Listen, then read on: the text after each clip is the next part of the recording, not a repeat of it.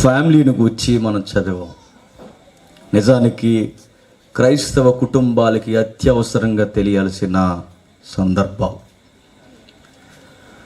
Martin Lutheran గారు ఎట్లా అంటారు, క్రైస్తవ కుటుంబాలు ప్రతిరోజు చదువుకోవాల్సిన అధ్యాయాలు 5వ అధ్యాయం 6వ అధ్యాయం అంటాడు. చదువుకోవడమేనా అంటే చదువుకోవడమే కాదు, చదువుకున్న దాన్ని మన కుటుంబాలలో పాటించటం.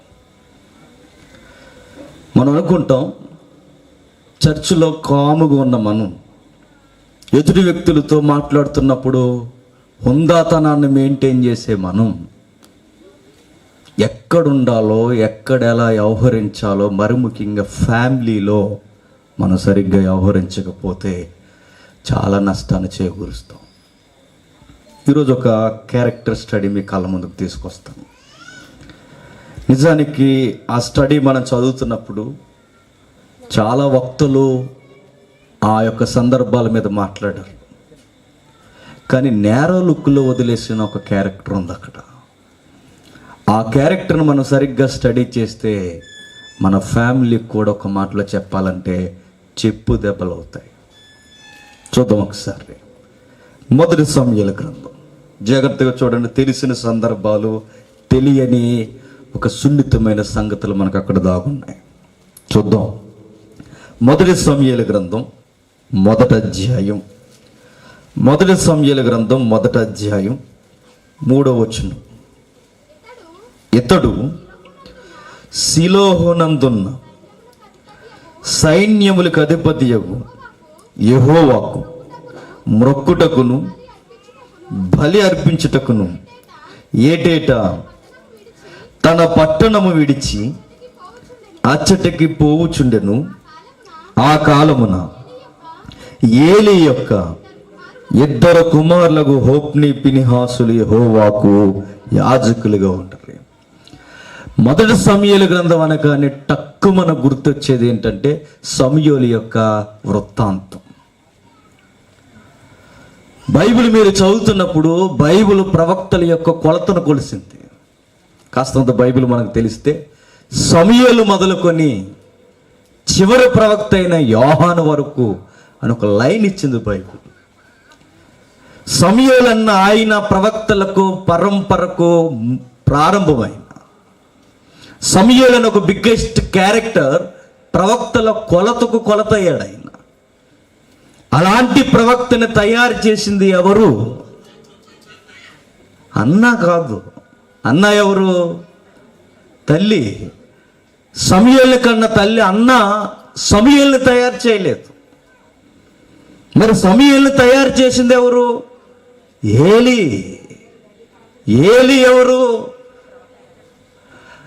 లోకమంతా డ్రై టైమింగ్లో ఉన్నప్పుడు, పొడిబారిపోయిన ఆధ్యాత్మిక జీవితంలో ఉన్నప్పుడు, దేవుడు అరుదుగా లోకంతో మాట్లాడుతున్నప్పుడు, జడ్జెస్ కాలం అలా ముగిసిపోతున్నప్పుడు, న్యాయాధిపతులు ఒకరి తర్వాత ఒకరు అంతరించిపోతున్నప్పుడు, దేవుడు మాట్లాడే ఉనికి ఏదన్నా ఉంది అంటే లోకమంతా చూస్తే ఒకే ఒక్క పాస్టర్ గారు ఉన్నారు.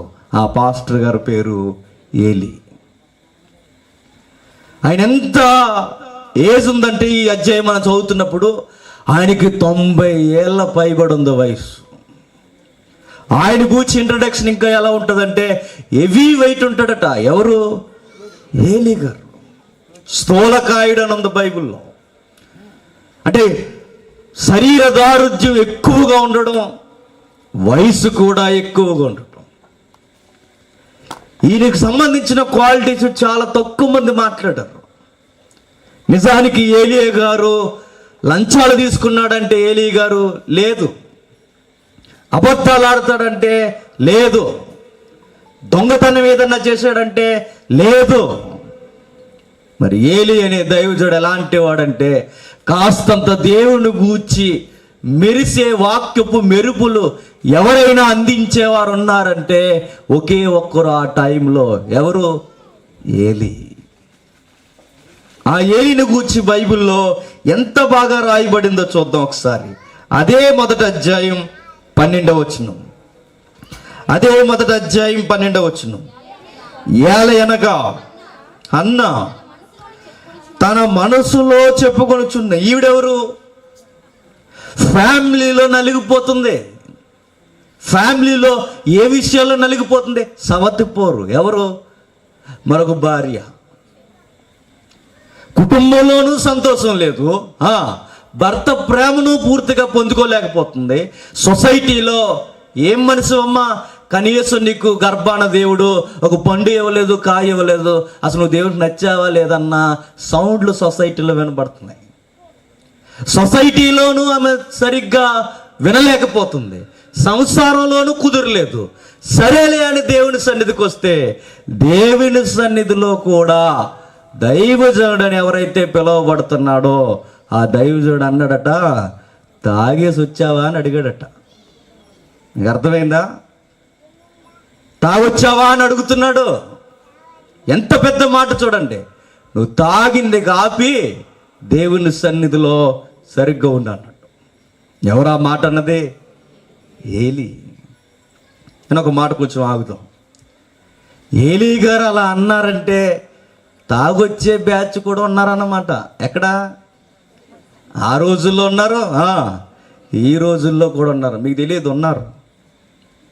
అన్నీ చక్కబెడేసి ఆదివారం వచ్చేసరికి ఏమీ తెలియకుండా సంఘానికి వచ్చేసే స్త్రీ పురుషులు లేరే చెప్పండి?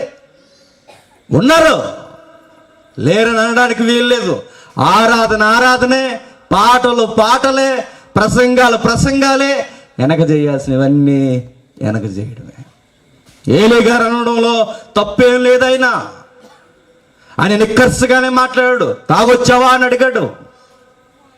మీకు తెలుసో లేదో, మీ ఏరియాలో ఉన్నారో లేదో తెలియదు, కానీ మగవాళ్ళే కాదు, అమ్మమ్మలు కూడా తాగుతారు. కిక్కు తక్కువ ఉందంట ఒక ఆవిడ, గొడవ లేకుండా. మరి ఇంకేం కావాలి ఆవిడకి? అలాంటి బ్యాచ్ ఉన్నారు. అలాంటి వారు వచ్చి మాట్లాడుతుంది. ఆమె మనసులో బాధపడుతున్నప్పుడు, అన్న మనసులో బాధపడుతున్నప్పుడు ఆమె పెదవులు మాత్రము కదులుతున్నాయట, ఆమె స్వరం మాత్రం వినబట్లేదట. గనుక ఏలీ ఆమె మత్తురాలే ఉందనుకొని, ఎంతవరకు నీవు మత్తురాలు అయ్యుందువు, నీవు ద్రాక్షారసమును నీ యొద్ద నుండి తీసివేయి అని చెప్పగా అన్న అది కాదు దైవజనుడా అంది. అదే మాట మళ్ళీ అంటే అండి, పెద్దోడు గాడు బతికిపోయి ఉందమ్మ. ఆవిడ ఆ మాట ఎందుకనలేదంటే ఆయన ఉందాతను, ఉదాసీనత, ఆయన క్యారెక్టర్ ఏటేటా వస్తున్న అన్నకి బాగా తెలుసు. ఆయన అన్నాడంటే అన్న మాటకు తగిన జీవితం ఎవరిది? ఏలీ గారిది. ఇప్పుడు ఎవరైనా మనల్ని గద్దించారనుకోండి, ఎవరైనా మనకి సూత్రులు చెప్తున్నారనుకోండి, సరిగ్గున్నోడు చెప్తే బాగుంటుంది. ఈడే తలదెక్కల వ్యవహారం అయితే మనకేటి చెప్పేది? ఇతనే సరిగ్గా లేనివాడైతే మనకేటి చెప్పేది? ఏలీ గారిని చూసి తాగొచ్చావన్న పెద్ద మాట ఏలీ అన్న ఏమి అనకుండా, సార్ ప్లీజ్ నన్ను అపార్థం చేసుకోకుండా అన్నది అంటే ఏలీ గారి క్యారెక్టర్ ఏంటో ఆ తల్లికి ఏటేటా వస్తున్నప్పుడు చూసింది. సొసైటీలో ఆయనకున్న గుడ్ విల్ అంత ఇంత కాదు, మంచి పేరున్న వ్యక్తి అని నేను వెంటనే ఎక్స్ప్లెయిన్ ఇస్తుంది. నాకు ఎన్నో బాధలు ఉన్నాయండి, అవి నా హృదయంలో నేను చెప్పుకుంటున్నాను. ఇది మీరు విన్నారు. నా వైపు చూసేసరికి నా మనసులో ఉన్న బాధ నేను చెప్పుకుంటుంటే మీరేదో అనుకున్నారు. నా మనసులో ఉన్న ప్రాబ్లం ఏంటంటే నేను గొడ్డిరాలిగా ఉన్నాను మనోదుఃఖంతో. దేవునితో నేను నిబంధన చేసుకుంటున్నాను. నాకే గనక మగబిడ్డనిస్తే దేవా, ఆ మగబిడ్డను తెచ్చి నీకు సేవకుడిగా ఇచ్చేస్తాను.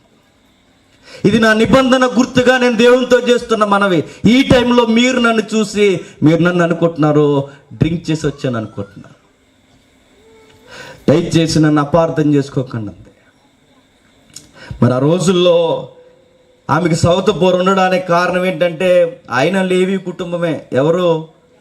ఎలగాన. మరి ఆయన పెళ్లి చేసుకోవడం మనకు తెలియదు. మనకి ఈ మధ్య ఎవడో క్వశ్చన్ అడిగాడట, బైబిల్ ప్రకారం ఎన్ని పెళ్లి చేసుకుంటావు? ఒకటే చేసుకోవాలి. అన్ని ఏమి ఉండవు, ఒకటే. ఇంకొకటి అడుగుతున్నాడట, బైబిల్ ప్రకారం అబద్ధం ఆడొచ్చంటే అబద్ధం ఆడబెట్టి ఆ క్వశ్చన్ అయితే అసలు దాన్ని ప్రశ్న వచ్చేదాన్ని ఇలాంటి వాళ్ళు ఏం చేయాలండి? ఇంకా నయం, ఇంకా అడ్వాన్స్ అయిపోయి ఏం చేస్తున్నారు? బైబిల్ ప్రకారం లవ్ చేయొచ్చా? లవ్ చేయడం ఏంటరా? లవ్ చేయొచ్చా? ఎన్ని వికారమైన మాటలు కదండి. లవ్ చేయొచ్చా?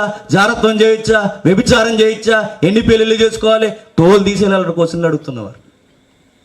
నువ్వు ప్రశ్న అడగడమే తప్పు, నీ మాటే తప్పు, నీ వైఖరే తప్పు, ఆ విధానం తప్పు. ఎల్కానా ఎందుకు చేసుకున్నాడో, ఒకవేళ చేసుకున్నాడో, కానీ టెక్స్ట్ మాత్రం ఒప్పుకోదు. బిబిలికల్గా మ్యారేజ్ అనేది ఒక్కటే. అందుకే పడుతున్నారు తెప్పులు ఆ సంసార జీవితంలో. సౌత్ పోర్ ఎందుకు వచ్చింది? ధర్మశాస్త్రంలో చెప్పిన ఏకపత్ని పురుషుడిగా ఉండమంటే ఉండకుండా ఇద్దరు వెనకేసి తిరిగితే ఏమైంది? సంసారం గొల్లైపోయింది. చేయాల్సినవి చేయకపోతే, నడవాల్సిన విధంగా నడవకపోతే ఇలానే ఉంటాయి వ్యక్తిగత జీవితాలు. అంతే, పడుతుంది. దేవుని సన్నిధికి వచ్చిన సుఖం లేకుండా పోయింది. అక్కడ కూడా దేవుడికి ఇస్తున్న గిఫ్ట్స్ ఏవైతే ఉన్నావో, బహుమానాలు ఏవైతే ఉన్నావో, ఏవైతే బలి నైవేద్యాలు ఉన్నావో, అక్కడ కూడా మనశ్శాంతి లేకుండా పోయింది. సరే ఏదో ప్రార్థన చేసుకుంటుంటే ఉన్న పాస్టర్ గారు అన్నారట, తాగొచ్చావా అన్నాడట. ఇక ఎవరికి చెప్పుకోవాలి? ఎవరికి చెప్పుకోవాల్సిన అవసరం లేదు. కానీ పెద్ద ఆయనకి మాత్రం చెప్పుకోవాలనిపించింది. ఎవరికి? అన్నాకి. సార్ మీకు ఒక విషయం చెప్తాను, చదవమ్మ కింద వచ్చును. నీ సేవకురాలైన నన్ను పనికి మాలిన దానిగా ఎంచొద్దు. కోపకారణమును బట్టి బహుగా నిట్టూర్పులు విడిచుచు నాలో నేను దీన్ని చెప్పుకొనుచున్నాను. ఏమని మాట్లాడింది? పనికి మాలిన దాన్ని అనుకోకు అంది. అంటే చర్చికి 2 ఏసాలు వేసి వచ్చే వాళ్ళందరూ ఏ కేడర్లోకి వస్తారు చెప్పండి? ఉంది అక్కడ, నేనంటలా. చెప్పండి, ఏ పనికి చివరికి దేవుని సన్నిధిలో కూడా పనికి రాని పనికి మాలిన. ఈ సందర్భంలో ఒక మాట చెప్తాను. అలా కూడా వస్తారండి చర్చి కంటే బేసిక్గా వస్తారు. సమరస్త్రీ ఉంది కదా మన సిస్టరు, ఆవిడ ఏం చేసేదట? ఆరాధనే అంట, మెయింటెనెన్స్ ఏనట. చూసారా ఆవిడని? ఎంతమంది? 5. తప్పు అనిపించలేదంటే అనిపించలేదు. అయ్యో దేవుడికి ఆరాధన చేస్తున్నా కదంటే ఆరాధనే, మెయింటెనెన్స్ ఏనట. లేరండి ఎలాంటి వాళ్ళు చర్చికి. నేను ఎలా అంటున్నాను, మీ కొడుకు అనుకుంటారో లేకపోతే మీ తమ్ముడు అనుకుంటారో ఏమనుకుంటారో అనుకోండి, మీరు బాగుపడ మాత్రం కావాలంతే. మీ కోపం వస్తుందో రాదో అవసరమైంది ఫోన్ చేసిన తర్వాత చెడమడి తిట్టండి, పర్వాలేదు. కానీ ఇది తప్పని మాత్రం నేను చెప్తా. చర్చికి వచ్చావో, చర్చిలో ఎలా ఉన్నావో సంసారంలో కూడా అలాగే ఉండాలి. సంసారంలో ఉన్నట్టే చర్చిలో ఉండాలి. చర్చిలో ఎలా ఉన్నావో సంసారంలో అలానే ఉండాలి. ఇక్కడ ఒకలా అక్కడ ఒకలా ఉంటే దేవుడు చెప్తున్నాడు, మీ అంతు చూస్తానంటాడు దేవుడు. రాజమండ్రిలో నేను చాలాసార్లు చెప్పానండి, ర్యాపిడ్ ఫోర్స్లో పనిచేస్తున్నప్పుడు అక్కడ బ్రిటిష్ వాళ్ళు ఇచ్చిన స్థలాలు ఉన్నాయి, గుర్తుందా? ఇప్పుడు హైటెక్ బస్ స్టాండ్ ఉందా? రాజమండ్రి ఎప్పుడైనా వస్తే చూడండి, హైటెక్ బస్ స్టాండ్ ఉంటుంది. ఆ పక్కన ఓ స్కూల్ ఉంటుంది, అది క్రిస్టియన్ స్కూల్. అది కొన్ని గవర్నమెంట్ కొన్ని సంస్థలు కుమ్మక్క ఏం చేశాయంటే ఆ బ్రిటిష్ వారు ఇచ్చిన స్థలాన్ని ఆక్రమించేసుకుంటున్నప్పుడు దానిలో చర్చ్ కూడా మిళితమై ఉంది. అప్పుడు చర్చ్ పాస్టరు, చర్చిలో ఉన్న విశ్వాసులు అందరూ వచ్చి ఫైట్ చేస్తున్నారు. ఈ ఏవైతే ఉన్నావో ఈ పని చేస్తున్న కార్మికులకి, పని చేస్తున్న ఏవైతే ఈ క్రైన్స్ అవి ఉన్న వాటి అన్నిటికీ అడ్డంగా వచ్చేసి వర్క్ జరగడానికి వీల్లేదు. ఇది మా తాతల దగ్గర నుంచి వస్తున్న, బ్రిటిష్ వారి దగ్గర నుంచి కొనసాగుతున్న మా ఆస్తులు ఇవి అన్నారు. వెంటనే లా అండ్ ఆర్డర్ బ్రేక్ అవుతుంది అన్నప్పుడు, లా అండ్ ఆర్డర్ చేయి దాడితే, పోలీసులు చేయి దాడితే స్పెషల్ ఫోర్స్ వస్తుంది అనమాట. అది ర్యాపిడ్ ఫోర్స్. అందులో నేను ఉన్నాను, నేను వెళ్ళాను సీన్లోకి. అందరు జంగిల్ బ్యాచ్ చేసుకుని అక్కడ దిగినప్పుడు ఆమె కూడా అక్కడ ఉంది. అందులో ఒక ఆమె సీరియస్గా సిఏ గారి మీదకి వచ్చి, డిఎస్పీ గారి దగ్గరికి వచ్చి, ఏంటి సారు ఎవరు వెళ్తారు రండి ముందుకి, మమ్మల్ని దాటి వెళ్ళండి అంది. సీరియస్గా. లేడీని ఏం అనలేరు, చట్టం అలా ఉంది, ఏం చేస్తాం? ఏం అనలేక, అది కాదమ్మా చెప్పేది తిన్నమ్మంటే దాటి వెళ్ళండి, మా సేవకుడి మీద రావడం కాదు మా మీదకి రండి. ఏమనాలి? ఏం అనలేం. కానీ తర్వాత మా బ్యాచ్లో వినబడుతున్న సౌండ్స్ ఏంటి చెప్పినా ఇలా అంటున్నాను, బాధపడకండి. రే ఇన్ని కేకలేస్తుందే, ఇవి నైట్ రౌండ్స్లో చూసే ఎప్పుడైనా అని అడిగాడు. నీకు అర్థమైందో లేదో. ఆమె ఎవరై అంటే వన్ ఆఫ్ ది మెంబర్ చర్చిలో యాక్టివ్గా ఉంటుందట, కానీ నైట్ టైం ఎక్కడ కనబడుతుందట? ఏంటది? తప్పు కదా చెప్పండి. ఈ ఎంగిలి జీవితాలు దేనికి? ఈ ఎంగిలి బతుకులు దేనికి?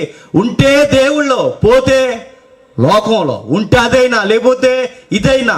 సమరయ స్త్రీ బతుకు దేవుడికి నచ్చలేదు కనుకే ఇలానే ఉంటే పోతావనుకున్నాడు కనుకే మధ్యాహ్నం భోజనం కూడా మానేసి ఆమెను రక్షించడానికి అర్జెంట్ వచ్చాడు ప్రభు అయిన యేసుక్రీస్తు వారు. నీ పొజిషన్ చాలా డేంజర్ జోన్లో ఉందని. ఈరోజు ఒకవేళ ఎవరైనా ఈ ముసుకేసుకునే జీవితాలు ఎవరైనా ఉన్నారేమో నాకు తెలియదు. నాకు మోసాన తప్ప మిగిలిన అన్నలు తప్ప ఇక్కడ ఎవరెవరు ఎలా ఉన్నారు నాకు తెలియదు. నాకు ఎవరేం చెప్పలేదు కూడా. నేను మాత్రం ఓపెన్గా మాట్లాడుతున్నాను. క్రిస్టియన్ ఫ్యామిలీస్లో, క్రిస్టియన్ బిలీవర్స్లో, ఈరోజు చర్చ్ అట్మాస్ఫియర్లో బిలీవర్స్ అందరూ చేస్తున్నది ఏంటంటే 2 పడవల జీవితం. అంతేకాదు బైబిల్లో ఇలాంటి యాటిట్యూడ్ ఉంటే దైవజనుడు అనకపోయిన బైబిల్ ఇస్తున్న సౌండ్ ఏంటంటే పనికి మాలిన బతుకులు అన్నట్టు. ఆ మందే నేను పనికి మాలిన దాన్ని అనుకోకండి ప్లీజ్. నేను దేవుని ఎదుట నిర్దోషమైన వ్యక్తిత్వం కలిగిన ప్రార్థన చేస్తున్నాను. నేను ఏమంటుందో చూడండి. అంతట ఏలి, నువ్వు క్షేమముగా వెళ్ళము, ఇశ్రాయేలు దేవునితో నీవు చేసుకొనిన మనవిని ఆయన దయచేయునుగాక అని ఆమెతో చెప్పగా అతనితో నీ సేవకురాలైన నేను నీ దృష్టికి కృపనొందునుగాక అనెను. ఏలీ గారి క్యారెక్టర్ చూడండి. ఫస్ట్ ఏం చేసి మన బేసిక్ లైన్ అంతా ఏంటంటే ఏలీ గారి యొక్క యాటిట్యూడ్ పట్టుకోవడమే. ఆయన పట్టుకుని మనం బయలుదేరుతున్నప్పుడు ఆయన చుట్టూ జరుగుతున్న కొన్ని క్యారెక్టర్లు మనం స్టడీ చేస్తున్నాం. ఫైనల్గా మనకు తెలియాల్సింది ఏంటంటే ఒక ఫ్యామిలీ ఎలా ఉండాలో మనకు తెలియాలి ఈరోజు. అది క్రిస్టియన్ ఫ్యామిలీ. ఏం చెప్తున్నాడంటే ఏలీ గారు, సరే అమ్మా నీకు మంచి జరుగును గాక, క్షేమముగా ఇంటికి వెళ్ళు, ఇశ్రాయేలు దేవునితో నువ్వు చేసుకున్న మనవి ఆయన దయచేయునుగాక ఆమెనని చెప్పి ఆమెతో చెప్పగా ఆమె వెళ్ళిపోయింది. భక్తురాలు అనగానే వెంటనే గౌరవించాడు, భక్తిహీనురాలు అనగానే చేసింది ఇంకాపు అన్నట్టు. ఒక్క విధంగా చెప్పాలి అంటే చర్చికి ఎలా పడితే అలా వచ్చేసేవారిని చూస్తూ ఊరుకుండే రకం కాదన్నమాట. ఎవరు? ఏలీ గారు. ఆ పాయింట్ గుర్తుపెట్టుకుని అది చెప్పడానికి ఇదంతా. ఏలీ గారి వ్యక్తిత్వం ఎలాంటిదంటే ఏదోలా చర్చికి వస్తే చాలనుకునే వ్యక్తి కాదు, వచ్చేవారు కొంచెం జాగ్రత్తగా రండి అని చెప్పే వ్యక్తిత్వం ఎవరిది? ఏలీ గారిది. కొంతమంది పాస్టర్లు అంటే అందరు కాదులేండి, కొందరు దైవజనులు నిజాయితీగా సేవ చేస్తున్న వాళ్ళు ఉన్నారు.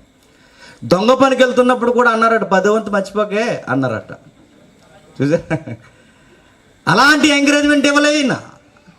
అబద్ధాల దగ్గర, దొంగ పనుల దగ్గర ఇవ్వాల్సినవి ఇచ్చి ఆదివారం కనబడి వెళ్ళిపో అనే అలాంటి క్యారెక్టర్ ఈయనకి లేదట. ఇతరుల పట్ల బాగా వినండి, ఇతరుల పట్ల ఈ పదం ఎందుకు నొక్కుతున్నానో ముందుకెళ్ళి మీకు అర్థమవుతుంది. ఇతరుల పట్ల ఎంకరేజ్ చేయడంలో కానీ, గద్దించడంలో కానీ, వచ్చిన వారిని మీరు చేసిన ప్రార్థనలకు తగిన జవాబు దొరుకునని దీవించి పంపించడంలో కానీ ఉదార స్వభావం కలిగిన వాడు ఎవరు? ఏలీ. ఇంకా ఉదార స్వభావం ఏంటంటే ఏలీ గారి జీవితంలో మరొక యాంగిల్ మనకు కనబడుతుంది. ఏమని ప్రార్థన చేసిందామే? నాకే కనుక మగబిడ్డ పుడితే దేవా నీ సేవకి ఇచ్చేస్తానంది. ఎప్పుడు? 10వ తరగతి అయ్యాక కాదు, ఎప్పుడు? డిగ్రీ అయిన తర్వాత కాదు, ఎప్పుడు? పాలు తాగున్నారు. పాలు తాగుతూ విడిచిన తర్వాత నీకు ఇచ్చేస్తాను. ఇప్పుడు నేను అంటున్నాను, పాలు విడిచిన వెంటనే బాబు ఎంత వయసు ఉంటుంది చెప్పండి? పాలు ఎన్ని సంవత్సరాలు తాగుతారండి? నాకు ఇంకా తెలియదు, పుట్టిందారని చెప్తాను. చెప్పండి ఎవరైనా పుట్టిన వాళ్ళు ఉంటే. 2 ఇయర్సా? ఎంతమ్మా? అమ్మ పెద్దమ్మ మీరు చెప్పండి ఎంత? 2 సంవత్సరాలా? ఒక 2-3 సంవత్సరాలు అనుకోండి. 2 ఏళ్ళు 3 ఏళ్ళ అబ్బాయిని కూడా కాదు, బాలుడు చిన్నోడు. ఆ టైంలో పిల్లల యాటిట్యూడ్ ఎలా ఉంటుందండి? తీసుకొచ్చి ఇచ్చేస్తున్నప్పుడు అక్కడ సేవకురాలకు కాదు ఇస్తుంటా, సేవకుడికి, ఒక మగాడికి. ఎవరిచ్చేస్తున్నారంటే తీసుకొచ్చి అన్నా తీసుకొచ్చి ఏలి అనే ఒక వృద్ధ దైవజనుడికి ఇచ్చేస్తుందట. నిజానికి ఏలి ఎలా అనాలి? ఏంటమ్మా ఎవరు షెల్టర్ ఇస్తారనుకుంటున్నావు? నీ మొక్కులు నువ్వు మొక్కేసుకుని నీ కొడుకుని తీసుకొచ్చి ఇక్కడ వదిలేస్తే ఎవరు సాగుతారనుకుంటున్నావు? ఈ రేపు రాత్రులు పడుకోకుండా ఏడిస్తే ఎవడు వీడికి జోగొట్టేది, ఎవరు చూసేది? ఇన్ని క్వశ్చన్స్ రేజ్ అవ్వాలి. నేను అంటున్నాను, పక్క వారి పిల్లల్ని తీసుకొచ్చి పక్కలేసి నిద్రపోండి. నేను మరలా అడుగుతున్నాను, కాస్త ముద్దుకుంటే ఆడిస్తాం, కొంచెం బాగుంటే ఒక గంట ఆడిస్తాం, 2 గంటలు ఆడిస్తాం. రోజు మన దగ్గర ఉంటే వీటితో పల్లా పొందామండి. వాళ్ళ అమ్మకి అసలు బుద్ధి లేదంటాం మనం. వాళ్ళ నాన్నకైనా ఉండాలి కదండి, వదిలేసి వెళ్ళిపోతాడు అలాగా. కనీసం ఎత్తుకోవాలిగా, ఇది ఎత్తుకున్నా అని చెప్పి ఇంట్లో వదిలేసి వెళ్ళిపోతారా అని వచ్చిన తర్వాత వదిన ఇప్పుడే మీ బాబు ఏడుతున్నాడు అంటాం. అంతే. ఏంటి నీకోసమే ఎదురు చూస్తుంది, తీసుకెళ్ళి అంటాం. నిజానికి పక్కవారి పిల్లల్ని మనం సాకడానికి ఇష్టపడం. అదే మన పిల్లలు శివుడు వచ్చేసిన కొంగుతిలా దుడిచేస్తాం. అదే మన పిల్లలు అక్కడే ఏదన్నా టాయిలెట్ పోసేసినా వెంటనే పర్లేదు జస్ట్ క్లాత్తో దుడిచేస్తాం. అదే బయట పిల్లలు చేయమండి అక్కడ లోపల ఏట్రా పొరుపు మీద పోసేస్తాం ఎద్దులాగా అంటామండి. అలా అమ్మ వచ్చిన తర్వాత పొరుపు మీద పోసేసాడండి, కొంచెం చెప్పాలి కదా మీరు అంటాం. బయటి పిల్లల్ని ఒకలా చూస్తాం, లోపల పిల్లలు చూడండి, ఇమేజ్ చూడండి. అలాంటి వయసులో బిడ్డనిచ్చేసి వెళ్ళిపోయిందండి. ఆ టైంలో ఆ బిడ్డని సాకాలి అంటే తన మైండ్ సెట్, తన ఆలోచన విధానం ఎంత ఉదాసీనతగా ఉదారంగా ఉండాలో ఒకసారి మీరు ఆలోచించండి. ఒక్క మాట కామెంట్ చేయకుండా ఇలా వదిలేసి వెళ్ళిపోతున్నా, వీడి రెస్పాన్సిబిలిటీ ఎవరు?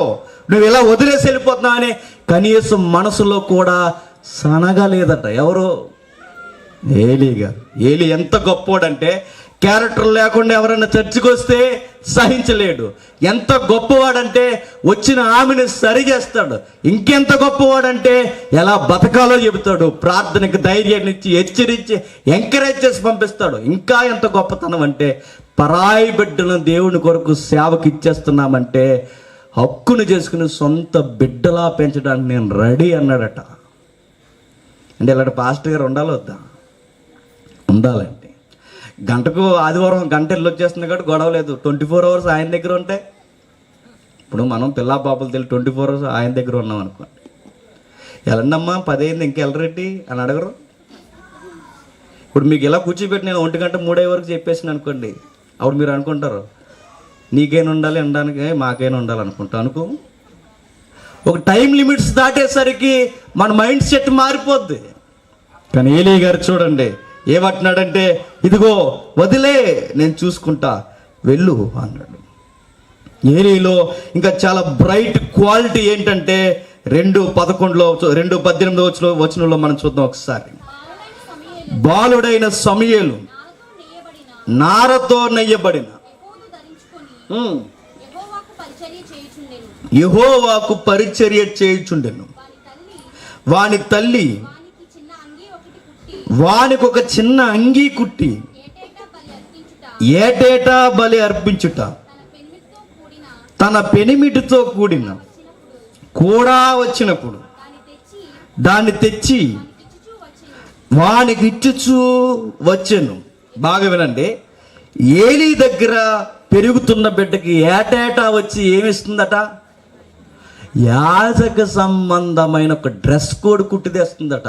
వాళ్ళ అమ్మగారికి కూడా చాలా ఇంట్రెస్ట్ అండి సేవకుని చేయాలని. ఎవరో రైటర్ అన్నాడు, నాకు సరిగ్గా గుర్తులేదు, కానీ నిజానికి ఆమె మొక్కుకోవచ్చు. ఏమని మొక్కుకోవచ్చు చెప్పండి? ఈమె సంతానహీనురాలు, గొడ్రాలు అన్న ఆ మాటలు పోగొట్టేసుకోవాలి అంటే మగబిడ్డే పుట్టక్కర్వద్దు, ఆడబిడ్డ పుట్టినా పర్లేదు. ఎందుకు? ఆమె తెల్లవడమే కావాలి. అలాంటిది మగబిడ్డనే కావాలనుకుంది. కావాలనుకున్నది కోరుండి మరలా అక్కడే ఉంచేస్తానంది. కారణం ఏంటంటే ఒక రైటర్ అన్నాడు, అక్కడ ఏమి లోపమో కనుక్కుందట. ఎవరు? అన్నగారు. ఆడపిల్లని ఎందుకు అడగలేదంటే మగబిడ్డనే ఎందుకు కావాలనుకుందంటే భవిష్యత్తు సేవా విధానం మారాలనుకుందేమో. అక్కడ పనికి మాలిన సేవ చేస్తున్నారు ఎవరు? ఏలి కొడుకులు. పరిస్థితులు బాగాలేదని నా కొడుకైనా రావాలనుకుందేమో. అందుకే కొడుకునివ్వడమే కాదు, ఏటేటా ముచ్చటగా ఇంటి దగ్గర ఒక డ్రెస్ కోడ్ డిజైన్ చేసి తీసుకొచ్చి ఏసి ముచ్చట పడిపోతుందట, నా బిడ్డ యాజకుడు అవుతున్నాడని.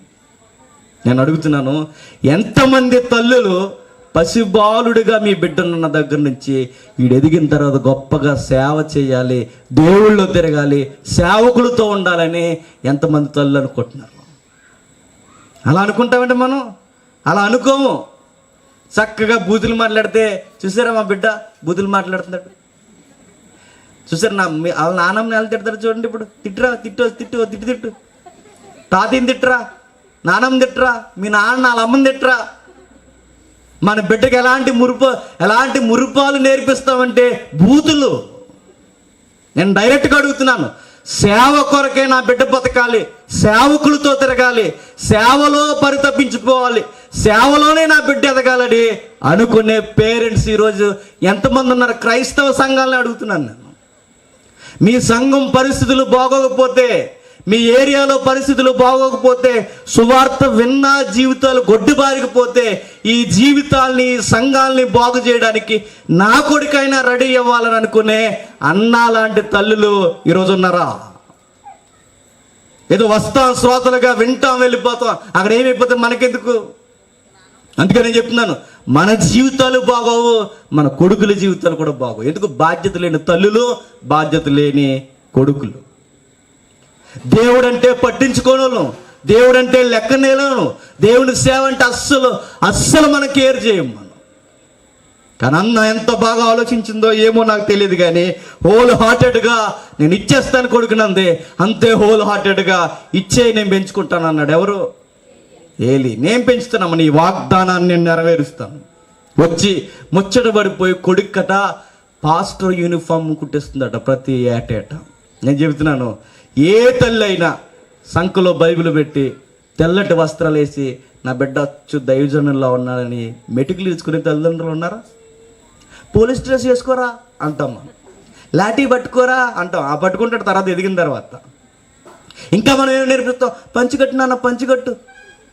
మ్యాన్హుడ్ ఏంటో తెలియదు, పంచికట్టు, అది కట్టు, అది వేసుకో, ఇది వేసుకో, మీసాలు తిప్పు. లేని మీసాలు కూడా పెన్నతో గీసేసి గరగరమని, లేనివన్నీ తగిలించేసి, అవి తగిలించి ఏదో వాడు పెద్ద మోతువారు అయిపోవాలి, ఉద్యోగస్తుడు అయిపోవాలంటే అలాంటివన్నీ చెప్పి పెంచుతాం. ఆడు ఎలా పెరుగుతాడు చెప్పండి? ఎలా పెరుగుతాడు? బాగా ఎదిగి నీకు తీరుస్తాడు అనమాట. రచ్చబండి ఇంట్లోనే ఆడతాడు. పోలీసు అవ్వకూడదు, పోలీసు యాటిట్యూడ్ ఆడికి వచ్చేద్ది. వాడు ఏం చేస్తాడు చెప్పనా? వాళ్ళని పట్టుకోవడం కాదు, నువ్వే పెద్ద దొంగ అంటాడు ఎదిగిన తర్వాత. అమ్మ నువ్వే పెద్ద దొంగవే, మీరే నాకు చెప్పేది అంటాడు. మీ బిడ్డల్ని ఏ కళల్లో, ఏ ఊహల్లో పెంచే ప్రయత్నం చేస్తున్నారు? కనీసం అనుకోవాలండి, నా బిడ్డ దేవుని భయభక్తులు కలిగి సేవకుడు అయ్యాళ్లే తర్వాత విషయం. ఇది ప్రతిరోజు ప్రతి వారం సండే చర్చికి ఖచ్చితంగా వెళ్ళాలని ఎంతమంది తల్లిదండ్రులు పిల్లల్ని చూసి మురిసిపోతున్నారు? మా బిడ్డ వాక్యం చదివితే చూడాలనుకునే తల్లిదండ్రులు ఎంతమంది? మా బిడ్డ దేవుని కొరకు 4 మాటలు చెబితే చూడాలనుకునేవారు ఎంతమంది? లేరండి, ఆ రోజులు ఎప్పుడో పోయాయి. ఒకప్పుడు ఉండేవారండి తల్లులు, మా కొడుకుని సేవ కొరకే కన్నామండి అని చెప్పాలి. ఈరోజు ఎక్కడున్నారంటే మా కొడుకుని సాఫ్ట్వేర్ కోసమే కన్నామండి అంటున్నారు, మా కొడుకుని ఇంతకే కన్నామండి అంటున్నారు. నేను చెప్తున్నాను, భూమి మీద ఏదైనా వ్యర్థమైపోద్దేమో కానీ ప్రభు నందు పడిన పరిచర్య సేవ అర్థం కాదు, అదే మిగిలిపోతుంది. అర్థవంతమైన జీవితం ఏంటంటే సేవలో పిల్లలు ఉండాలనుకోవాలట. ఏలీ గారిని చూస్తున్నప్పుడు, ఏలీ దగ్గరకు వచ్చిన సమూయేలును చూస్తున్నప్పుడు ఎంత బాగా అనిపిస్తుందో చూడండి. 2వ అధ్యాయం 11వ వచనం. 2వ అధ్యాయం 11వ వచనం. తర్వాత ఎల్కానా రామాలోని తన ఇంటికి వెళ్ళిపోయాను. అయితే యాజకుడైన ఏలీ ఎదుట యెహోవాకు పరిచర్య చేయుచుండెను. ఎంత బాగుందో చూడండి అన్నమాట. ఆ బాలుడు యాజకుడైన ఏలీ ఎదుట యెహోవాకి పరిచర్య చేయుచును. దేవునికి సేవ చేస్తున్న ఆయన ఎవరి అండర్లో సేవ చేస్తున్నాడట? ఏలీ అండర్లోనే సేవ చేస్తుంది. ఇప్పుడు అంటున్నాను, గొప్ప ప్రవక్త అయిన సమూయేలుని, ఇంత గొప్ప ప్రవక్తని ఎవరు చేశారబ్బా? నువ్వు బైబిల్ వైపు చూస్తే ఒకే ఒక్క క్యారెక్టర్ ఎవరు చెప్పండి? ఏలీయే చేశాడు. ఏలీ గారే పెంచాడు. రోజు రోజుకి పెంచి ధర్మశాస్త్రాన్ని నేర్పించి, ధూపం ఎలా వేయాలో నేర్పించి, దేవుని సన్నిధిలోనే ఉండాలి 24 hours, దేవాలయాన్ని అట్టు పెట్టుకుని మనం బతకాలి అని, ఇది మన జీవన విధానం అని అంతగా ఆ బిడ్డకు నూరు పోసింది ఎవరంటే ఒకే ఒక్కరు, ఏలీ. సేవ చేస్తున్నాడంట, కానీ ఆ పెద్ద ఆయన అండర్లోనే సేవ చేస్తున్నాడట. పెద్ద ఆయన ఎలా ఉంటే ఈ బిడ్డ కూడా అలాగే ఉంటున్నాడట. సేవ ఏలీ ఎదుట చేస్తున్నా, ఏలీ ఎదుట ఎంత బాగా సేవ చేశాడంటే, ఏటేటా వస్తున్నవారు, ప్రతిరోజు స్థానికులు వస్తున్నప్పుడు వయసు అయిపోతున్న ఏలీ ఒకవేళ చనిపోతే పబ్లిక్ నుంచి వచ్చే సౌండ్ ఏంటి చెప్పనా? ఏలీ వెళ్ళిపోతే తర్వాత పబ్లిక్లో ఒక మాట వస్తుంది, ఏంటి చెప్పండి? సమూయేలే అని. ఎంత బాగా పరిచయం చేస్తున్నాడంటే, ఏలీ ఒకవేళ వెళ్ళిపోయినా పర్లేదండి, సమూయేలు రెడీగా ఉన్నాడు. అంత బాగా పెంచాడట. అయితే ఇంకా మనం ముందుకెళ్తే 11వ అధ్యాయం 12వ వచనానికి వెంటనే ఏలీ యొక్క జీవిత విధానం గ్రాఫ్ మనకు కనబడతా ఉంటుంది. చూడండి, జనులు సౌలు మనలను ఏలునా కాదమ్మా, 11వ వచనం 12వ వచనం 2వ అధ్యాయం.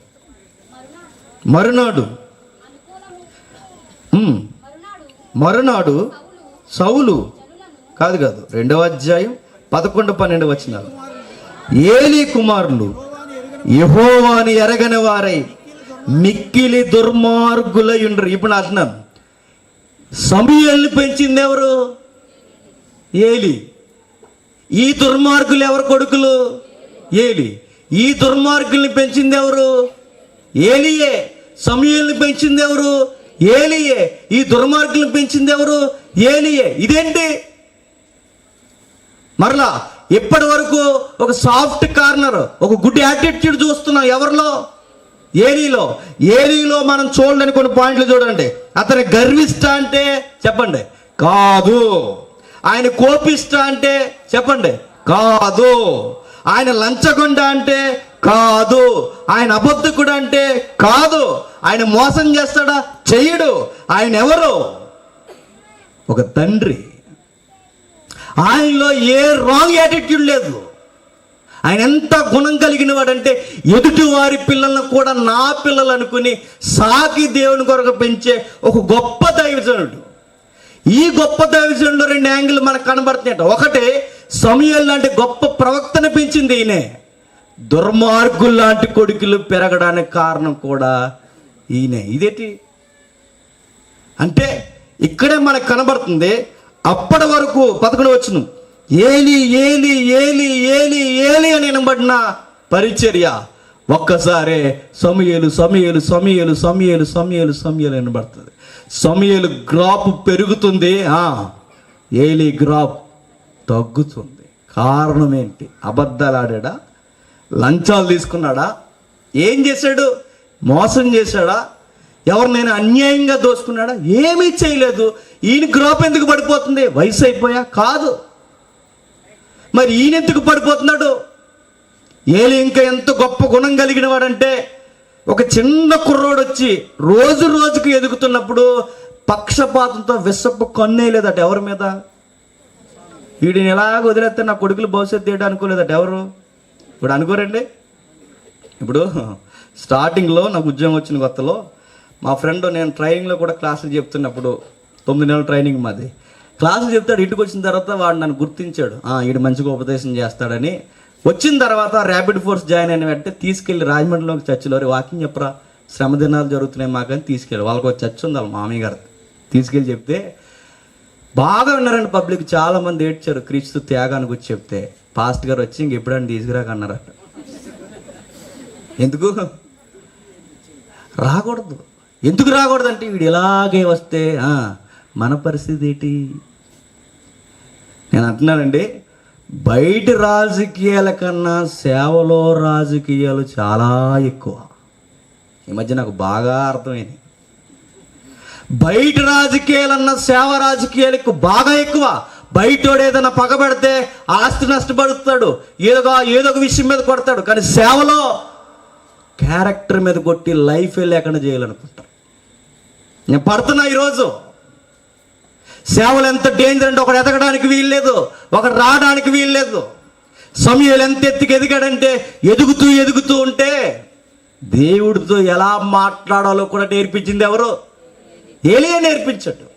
ఫస్ట్ ఒక సౌండ్ వచ్చిందట, సమూయేలు అన్నాడట. ఆయన వెళ్ళి చేతులు కట్టుకొని పెద్ద ఆయన దగ్గర నిలబెట్టి చిన్న అంగి ధరించుకొని పెద్ద ఆయన పిలిచారండి అన్నాడట. ఎవరు? సమూయేలు. లేదు నాయన వెళ్ళి నిద్రపో అన్నాడట. మళ్ళీ సౌండ్ వినబడ్డది, సమూయేలు అని. మళ్ళీ వెళ్ళి చేతులు కట్టుకొని పెద్ద ఆయన పిలిచారా, కొన్ని మాటలు పొడిగించుకుంటే మీకు ఏమైనా దాహం వేస్తుందా, నీళ్ళు తెమ్మంటారా, ఇలా అడిగే యాటిట్యూడ్లో అడుగుతున్నారు. పిలిచారా అని. పిలవలేదు నాయన. మనం అయితే ఏం చేస్తామండి? ముసలోడికి అలవాట్లు బాగా ఎక్కువైపోయినాయి ఈ మధ్య అనుకో మనం. అందుకే ఎదగం మనం బతుకులు ఇలాగ ఎడిపోవడం కారణం ఏంటంటే పెద్దలను కూడా గౌరవించమ్మా. నేను అంటున్నాను, మీకు నాన్నమ్మ ఉన్నా, తాతమ్మ ఉన్నా, పెద్ద ఆయన ఎవరైనా ఉన్నా వాళ్ళతో నువ్వు ఎంత గౌరవించి మాట్లాడుతున్నావో దేవుడు నిన్ను ఖచ్చితంగా చూస్తాడు. మీ నాన్నమ్మ మాట నువ్వు పట్టించుకుంటా సీరియస్గా, ఎలా నీకు పని పడలేదంట. ఎవరిని? నాన్నమ్మ. తాతయ్య అలా కదరా, ఇలా చేయరా, ఇలా కదరా, అలా చేయరంటే నువ్వు నోరు ఏం చెప్పానా? అడ్డంగా రాగా ఇక్కడ ఏదో బాక్స్ మీద అడిపోయిందంటే ఏం చేద్దావు అంటావు మీటింగ్లోనే. వీళ్ళు కుదిరింగుండమంటే కూర్చోవేంటి, శాదస్తమేంటి నీకు? చూసారు, గౌరవం లేదు, వయసుకి గౌరవం లేదు, మాటలకు గౌరవం లేదు. పెద్దల్ని చెప్పండి గౌరవించం. దేవుడు ఒక వ్యక్తిని నిలబెట్టుకోవాలన్నా, దీవించాలన్నా నీ మాటలు ఎదుటివారి పట్ల, పెద్దల పట్ల ఎలా ఉన్నాయో చూస్తాడు. సమూయేలు గుడ్ క్యారెక్టర్ ఏంటంటే, పెద్ద ఆయన అర్ధరాత్రి నిద్రలో పిలుస్తున్నాడు అనుకున్నా ఇసుక్కోకుండా లేచెళ్ళి పిలిచారండి అన్నాడు. నిద్రలో మనం మెలుకుంటేనే వినం. మనం పని మీద వెళ్తున్నాం, మనకు పని పట్లే గాలి తిరుగులు ఎక్కువ మనకి. మన వాళ్ళకి గాలి తిరుగులు తిరుగుతూనే ఏమైనా పని చెప్తే చేస్తామండి? కనీసం అక్కడ మజ్జిగుంది తేరంటే తెస్తామండి? మన తాతకి, మన నాన్నగన్నోడికి తెస్తావా? వీళ్ళు తాగు పనే ఉంది కంట, వీడికి ఏదో పెద్ద పని ఉన్నట్టు.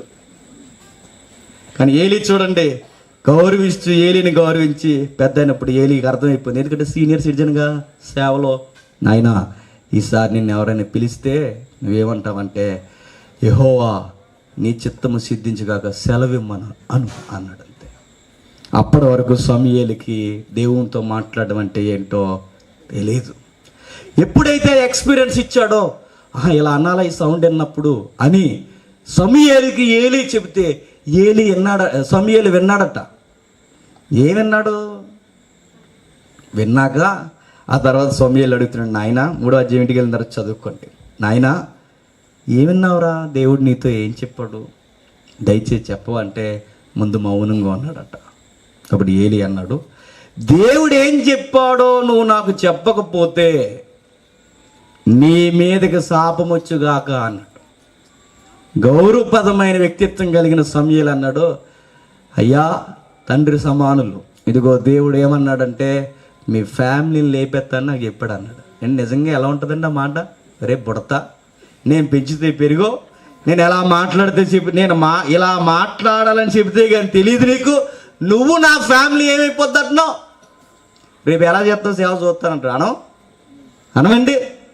ఈరోజు మన దగ్గర నేర్చుకున్నవారు మన దగ్గరికే వచ్చి ఇలా ఉన్నావు, నువ్వు ఇలా ఉండకూడదని అంటే, దేవుడు నాకు ఇలా సెలవిస్తున్నాడు, ఇది విధానం మంచిది కాదని అంటే నీకు బాగా ఎక్కువైంది ఈ మధ్య. నేను చెబితే దూపం ఎలా వేయాలో నీకు తెలియదు, నేను నేర్పించాను. ఎలా ధర్మశాస్త్రం చదవాలో నీకు తెలియదు, నేను నేర్పించాను. ఎలా ఉండాలో నీకు తెలియదు, అన్నీ నేను నేర్పించాను. చివరికి దేవునితో ఎలా మాట్లాడాలో నేను నేర్పించాను. దేవుడు ఏం చెప్పాడంటే నా ఫ్యామిలీయే నాశనం అయిపోవాలని నాకు ప్రవచనం చెప్తావా అన్నాడా? అప్పుడు అన్నాడు, దేవునికి అది ఇష్టమైతే ఎవరేం చేయగలరా అన్నాడు. ఏలీ యొక్క విధానం చూడండి, ఇంత బాగా రిసీవ్ చేసుకుంటున్న ఏలీ, ఇంత బాగా సమయాన్ని పెంచిన ఏలి కొడుకుల్ని ఎందుకు ఇలా తగలెట్టేశాడు? ఇక్కడే బాగా వినాలి, ఇక ముగించుకునే సమయం మనకు దగ్గరకు వచ్చింది. చదువుతాం ఇప్పుడు 11వ వచనం 12వ వచనం. ఏలీ కుమారులు యెహోవాను ఎరుగని వారే మిక్కిలి దుర్మార్గులయుండిరి, జనుల విషయమై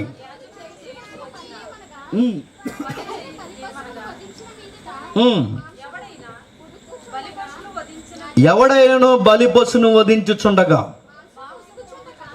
మాంసము ఉడుకుచుండగా యాజకుని వాడు 3 ముండ్ల కొంకుని, 3 ముండ్ల కొంకు అంటే మన మైథాలజీకి తెలుసు, భారతదేశం మైథాలజీ, త్రిశూలం ఇలా గుచ్చుతారు చూసారా, దాన్ని 3 కొంకులతో తయారు చేశారట. ఏం చేయడానికి? శత్రువుని పట్టడానికి కాదు, దేవుని నైవేద్యాలు దొంగిలించడానికి త్రిశూలం రెడీ చేశారట. రెడీ చేసి త్రిశూలంతో పొడిచి, అదిగో చూడండి తీసుకుంటున్నారట, త్రిశూలంతో పొడిచి. ఏమేమి తీసుకుంటున్నారంటే, ఒక ఇంగ్లీష్ అనువాదంలో, ఒక ఆంగ్ల అనువాదంలో సైడ్ రిబ్ అంటే బాగా ఇష్టమట. ఈ ఉంటుంది జంతువుకి, ఈ ఎముకల మీద ఉండే మాంసం. కొంతమంది పిచ్చోళ్ళు ఉంటారండి, ఏం సార్ అంటే, ఏం సార్ అట అది? ఎముకలు సార్ అట. ఇది ఎముకలు సారా? అదో సార్ ఉంటుందండి, మనమంటే తెలిసింది. ఎముకలు అంటే అదొక టేస్ట్. నేను అనకూడదు కదండి, లైవ్ వెళ్ళట్లేదు కదా. వెళ్తుందా? ఇది వద్దులేండి. ఒక ఏరియాకి వెళ్ళామండి మేము. ఆ ఏరియాకి వెళ్ళిన తర్వాత మాకు శ్రీకాంత్ అన్న మేమందరం కూర్చున్న తర్వాత, నేను తప్పు అనలేదు, వాళ్ళకి అది టేస్ట్, మాకు అలవాట్లేదు, అది వాళ్ళకి టేస్ట్. వెళ్ళిన తర్వాత సీరియస్గా పెట్టేసి మంచిగా వేసిన తర్వాత చక్కగా దానిలో ఏదో కొంచెం కలిపారు, ఏదో ఆకుకూరేసి మాకు వేసిన తర్వాత రౌండ్ కనబడుతున్నాయి. పన్నీర్ కర్రీ అని సీరియస్గా కలుపుతున్నాం, తింటున్నప్పుడు అది పన్నీర్ కాదు. అది తర్వాత తెలిసిన విషయం ఏంటంటే ఆక్టోపస్ అట. ఆక్టోపస్ అంటే తెలుసా? సముద్ర నీళ్ళలో పాగుతో చూసారు ఇలా. అప్పుడు అర్థమైన వెంటనే శ్రీకాంత్ గారికి కూర అంతా అని శ్రీకాంత్ గారికి వేయడం జరిగింది, ఆయన ఇంకొకరికి వేయడం జరిగింది. అంటే అది వాళ్ళకి టేస్ట్, అది మనకి కష్టం. కొన్ని విషయాలు చూడండి, ఫుడ్ కోసం అండి కొన్ని డైలాగులు ఉంటాయండి. ఏమన్నా తెలుసా? అది తినకపోతాయండి, చెప్పండి, చచ్చిపోవడం మంచిదండి.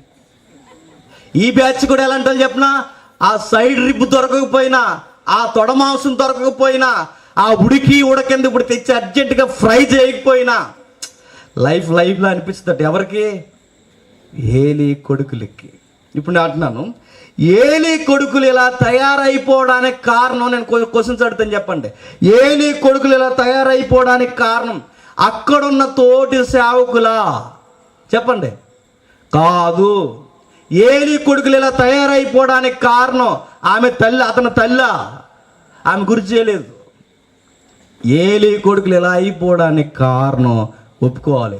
ఇంత పెద్ద సమూయేలుని పెంచిన ఏ ఏలీ అయితే ఉన్నాడో ఆ ఏలీయే ఈ కొడుకులు ఇలా అయిపోవడానికి కారణం. ఇప్పుడు బాగా అంటే ఏలీ యాటిట్యూడ్ ఎలా ఉందంటే, అచ్చు మనలాంటి యాటిట్యూడ్ ఏలీ గారికి కూడా ఉంది. ఎలా అంటే, ఎదుటివారి యొక్క ఆత్మీయ తీవ్రతను పెంచే ఏలీ గారట కొడుకుల ఆత్మీయ తీవ్రత విషయంలో పర్లేదులే అనుకున్నాడట. నీకు అర్థమవుతుందో లేదో? మీరు చూడండి, మీరు సంఘానికి పోయినప్పుడు పాటలు పాడుతున్నప్పుడు ఎవరి కొడుకైనా ఎవరైనా ఏదైనా చేస్తే అప్పుడు వెంటనే పవిత్రమైన మాటలు మన నోటండి వచ్చేస్తాయి. ఏమని? రే ఏట్రా అలా చేస్తున్నావు, ఏంటమ్మా అలా చేస్తున్నావు, అలా చేయకూడదు కదా, మీ నాన్నకంటూ సొసైటీలో గౌరవం ఉంది కదా, నువ్వు ఇలా చేస్తే ఎలాగా, అలా అయితే ఇలాగా, ఇలా అయితే ఎలాగని చక్కగా చెప్తాం. అది మన కొడుకులైతే బయటి వరకు అయితే సూత్రాల మీద సూత్రాలు చెప్పాం, బయటి వరకు అయితే రకరకాల యాంగిల్స్లో హుందాగా మాట్లాడాం. బయటి వాళ్ళతో మాట్లాడుతున్నప్పుడు ఎంత బాగా మనం యాటిట్యూడ్ మెయింటైన్ చేస్తామంటే, మనం మంచోళ్ళు అని వాళ్ళు అనుకోవాలని వాళ్ళ దగ్గర చాలా మంచిగా మాట్లాడి వాళ్ళ తప్పులను కూడా సరి చేస్తాం.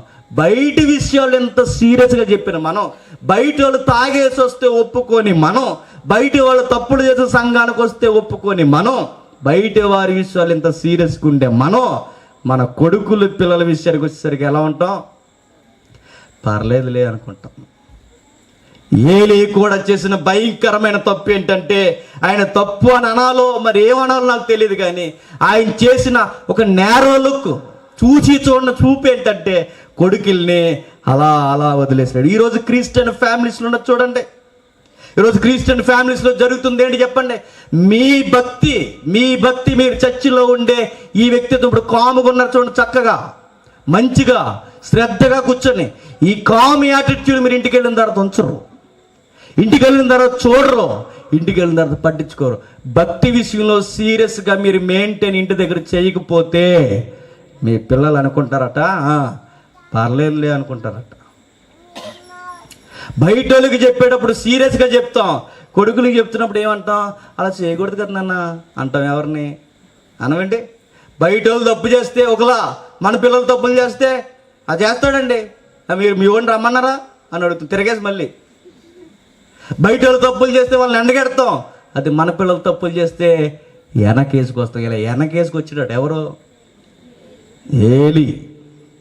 సీరియస్గా చెప్పలేదట, సీరియస్గా థింక్ చేయలేదట.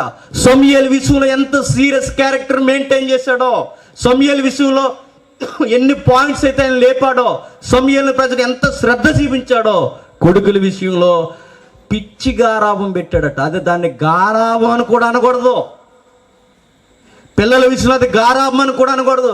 భక్తిని నేర్పించినది అది గారాభం కాదు. పనికి మాలిన విషయాలు బిడ్డకు నేర్పిస్తాం, పనికి మాలినవి. మీ బిడ్డ చర్చికి పోకపోతే మీరు సీరియస్గా తీసుకోరు. అది కాలేజీకి పోకపోతే ఎరా ఫీజులు కడుతున్నాం ఊరకే కడుతున్నాం అనుకుంటున్నారా అని అడుగుతాం. అది చర్చికి పోకపోతే ఎరా ఎందుకు వెళ్ళలేదు చర్చి కట్టే ఏదో కుంటుసాగు చెప్తాడు, సరేలే వచ్చి వరం వెళ్ళు అంటాం. చూసారా? భక్తి విషయంలో బైబిల్ చదవకపోయినా ఏం చేయకపోయినా అస్సలు పట్టించుకోం మనం. భక్తి విషయంలో సీరియస్నెస్ మనం మెయింటైన్ చేయకపోతే మన ఇంట్లో మన కొంప కొల్లేరైపోద్దట. ఇదే వెస్ట్ గోదావరి నాశనం అయిపోద్దట. కోరిండి దైవజను కుటుంబం గురించి బైబిల్లో రాయబడిన మాట ఏమని రాయబడి చూడండి. ఏలీ కుమారులు యెహోవాను ఎరగని వారై దుర్మార్గులు. వింతైన మాట ఏంటంటే దైవజనుల కొడుకులు దైవాన్ని ఎరగలేదట. అది వింత. దైవజను కొడుకులు దైవాన్ని అది ఎరగకపోవడం ఏంటి? మీరు చూడండి, మన క్రిస్టియన్ ఫ్యామిలీస్లో మనతో పాటు మన పిల్లలు చర్చికి వస్తారు, మనతో పాటు పాటలు పాడతారు. ప్రైజ్లాడ్ చెప్పిన అంటే ప్రైజ్లాడ్ చెప్తారు, వందనాలు చెప్పిన ఆయన అంటే వందనాలు చెప్తారు. ఏమేం చెప్పాలో అంత క్రిస్టియన్ అట్మాస్ఫియర్ అంతా నేర్పిస్తాం. కానీ బైబిల్ దేవుడు అంటే వాళ్ళకి ఏంటి తెలియదు. యాజకులే సేవలోనే ఉన్నారు, అన్నీ ఎపోదులు ధరించుకున్నారు, అన్నీ ఉన్నాయి. కానీ యెహోవా అంటే మాత్రం వాళ్ళకి తెలియదట. ఈరోజు మన పిల్లలు అలా లేరండి. మీరేంటారంటే క్రిస్టియన్స్, మీరేంటారంటే పలానా యేసుక్రీస్తుని నమ్ముకున్న బిడ్డలం మేము. ఓకే, దేవుని పాటలు పాడతారు, వాక్యాలు చదువుతారు, చక్కగా ఉంటారు, కృతజ్ఞత కూడుకుల్లో ఉంటారు, అన్నీ ఉంటారు. కానీ బైబిల్ దేవుడి గురించి వాళ్ళకి ఏమీ తెలియదు. అందుకే చూడండి, నేను ఎలా అంటున్నాను కాదు, కానీ చాలామంది రౌడీ షీటర్లతో సెటిల్మెంట్ల బ్యాచ్తో తిరుగుతున్న వ్యక్తుల్లో ఈ మధ్య అక్కడక్కడ కనబడుతున్న వ్యక్తులు ఎవరు చెప్పినా దైవజనుల కొడుకులు ఉన్నారు. కావాలని చూడండి వచ్చి. దైవజనుల కొడుకులు, సంఘ విశ్వాసుల కొడుకులు, క్రైస్తవ బిడ్డలు. వీళ్ళు ఎందుకు ఎలా వస్తున్నారంటే బిడ్డల్ని ఆ విషయాల్లో చూసి చూడనట్టు మందలిస్తున్నాం అంతే. మనం గారాభంగా మందలిస్తున్నాం. మనం ఒకడు ఇలా అన్నాడట, నిజంగానే జరిగింది ఇది. ఏరా నువ్వు 10th క్లాస్ వరకు భక్తిగా ఉండేవాడు, ఈ మధ్య ఎలా అయిపోయాడు, ఇంటర్మీడియట్కి వచ్చిన తర్వాత లేనిపోయిన అలవాట్లను చేసుకున్నావా అని అడిగారట. అప్పుడు వాడు ఎలా అన్నాడు, నేను ఇలా పాడైపోవడానికి కారణం మా నాన్నే అన్నాడట. ఏరా అని అడిగారు. మా నాన్నగారు నేను 10th క్లాస్ వరకు పరిపక్వత లేనప్పుడు నేను బైబిల్ పట్టుకుని మా నాన్నతో పాటు తిరిగేవాడిని.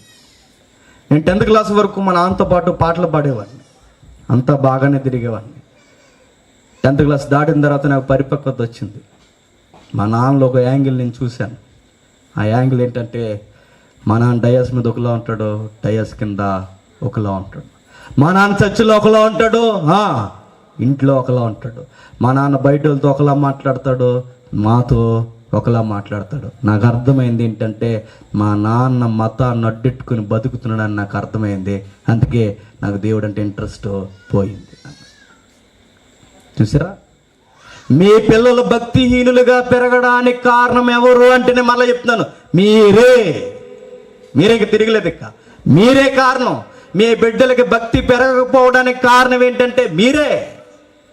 మా అమ్మ బైబిల్ పట్టుకుని చర్చికి వెళ్తుందండి, కానీ అబద్ధాలు మాత్రం చక్కగా మాట్లాడుతుందండి.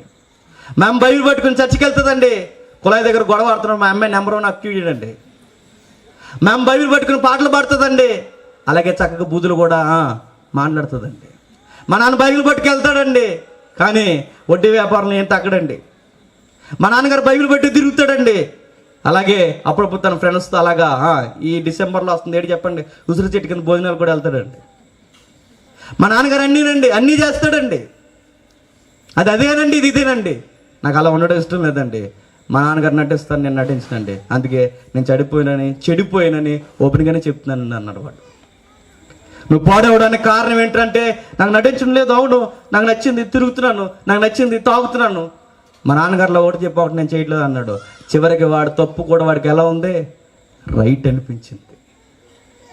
ఏలీ కొడుకులు వాళ్ళకి ఎందుకు తప్పు అని అనిపించట్లేదంటే ఏలీ కొడుకులకి అడ్డగోలుగా ఆరాపం పెట్టారట. గారాపం పెట్టండి, కానీ భక్తి విషయంలో అడ్డగోలు గారాపం పెట్టారో మీ పిల్లల భవిష్యత్తుని మీరే చేతులారా నాశనం చేస్తారు.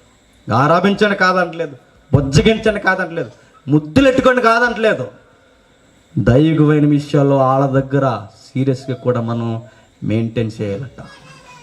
కానీ మనం చేయమండి. మనం చేసే పెద్ద మిస్టేక్ ఏంటంటే, రే ఈరోజు నువ్వు చర్చికి వెళ్ళలేదా, ఈ విషయం నాకు నచ్చలేదని మనం ఉండాలట. ఒక ఆయన అంటాడు, కొడుకుని కొట్టడానికి బెత్తం తీస్తున్నాడు, బెత్తం చూసి భయపడకూడదట వాడు. మరేం చూసి భయపడాలి? వాళ్ళ నాన్న యొక్క యాటిట్యూడ్, ఈ టైంలో నేను సరిగ్గా లేను, నన్ను సరి చేయడానికి మా నాన్న బెత్తం తీస్తున్నాడు మనకు అర్థం అవ్వాలట. పిల్లల్ని గద్దించడం అంటే గోడను గుద్దేసి, ఫ్రిడ్జ్ని గుద్దేసి, టీవీ పడగొట్టేమని కాదు. అది కాదు గద్దించడం అంటే మా నాన్న మనసుని నేను నొప్పిస్తున్నాను, మా నాన్నకి ఈ విధానం నచ్చదని, ఎలా ఉంటే నచ్చుతానని వాళ్ళకి అర్థం అవ్వాలట. అర్థమయ్యే భక్తినట వాళ్ళ ముందు రోల్ మోడల్గా ప్లే చేయాల్సింది ఎవరట? పేరెంట్స్ అయినా మనమేనట. అలా చేయట్లేదండి. ఏలీని ఒక ఈక్ పాయింట్ పట్టుకున్నారన్నారు ఒక ఇంగ్లీష్ అనువాదంలో. ఒక ఆంగ్ల అనువాదం వ్యాఖ్యానంలో ఏమన్నారంటే, ఏలీ గారినట ఒక విషయంలో పట్టుకున్నారట. బయటి వారితో బాగా మాట్లాడే ఏలీ కొడుకుల విషయంలో మాత్రం కొన్ని చూసి చూడనట్టున్నాడట. ఏ విషయాల్లో అలా ఉన్నాడో, విషయాల్లో ఆయన అలా ఉన్నాడంటే ఒక వచనం చూద్దాం. దానికి ముందుకెళ్లే ముందు 2వ అధ్యాయం 13వ వచనం నుండి, 13వ వచనం నుండి, జనుల విషయమై ఎవడైనా బలి పశువును వధించడం మీదట మాంసము ఉడుకుచుండగా యాజకుని వారు 3 ముండ్ల గల కొంకిని తీసుకుని వచ్చి బొరుసులో కానీ తఫేలలో కానీ చదవమ్మా, అది గుచ్చినప్పుడు ఆ కొంకి చేత బయటకు వచ్చినదంతయు యాజకుడు తన కొరకు తీసుకుని, అది చెబుతూ 17వ వచనం, జనులు యెహోవాకు నైవేద్యముగా చేయుట యందు అసహ్యపడుటకు ఏలీ యొక్క యవ్వన కుమారులు కారణమయ్యిరి గనుక వారి పాపము యెహోవా సన్నిధిని బహుగా గొప్పదైన. ఈ యవనస్తులు చేస్తున్న పనిని బట్టి నైవేద్యం ఇవ్వడమే అసహ్యంగా మారిపోయిందట పబ్లిక్కి. ఇంకెందుకు చచ్చండి అనుకున్నారట పబ్లిక్. వాళ్ళు చేసే ఆగడాలు చూడలేక వెళ్ళడం కన్నా, చర్చికి పోయే కన్నా ఈ పార్కు పోతే మంచిది అనుకున్నాడు. అలా లేవండి ఈరోజు సంఘాలు. ఇక్కడికి పోయే కన్నా ఈ మనశ్శాంతికి బీచ్ అడ్డుకో, నదొడ్డుకో, ఈ పార్క్కి వెళ్ళిపోతే బెటర్, అక్కడ పోయి బైబిల్ చదువుకుంటే బెటర్ కొని చెప్పు. ఎందుకంటే ఈ సంఘానికి పోయి లేనిపోయినన్నీ చూడాలి. ఎందుకంటే ఈ సంఘానికి పోయి పిచ్చి పిచ్చి పనులన్నీ ఘనంగా చేస్తారు అక్కడ.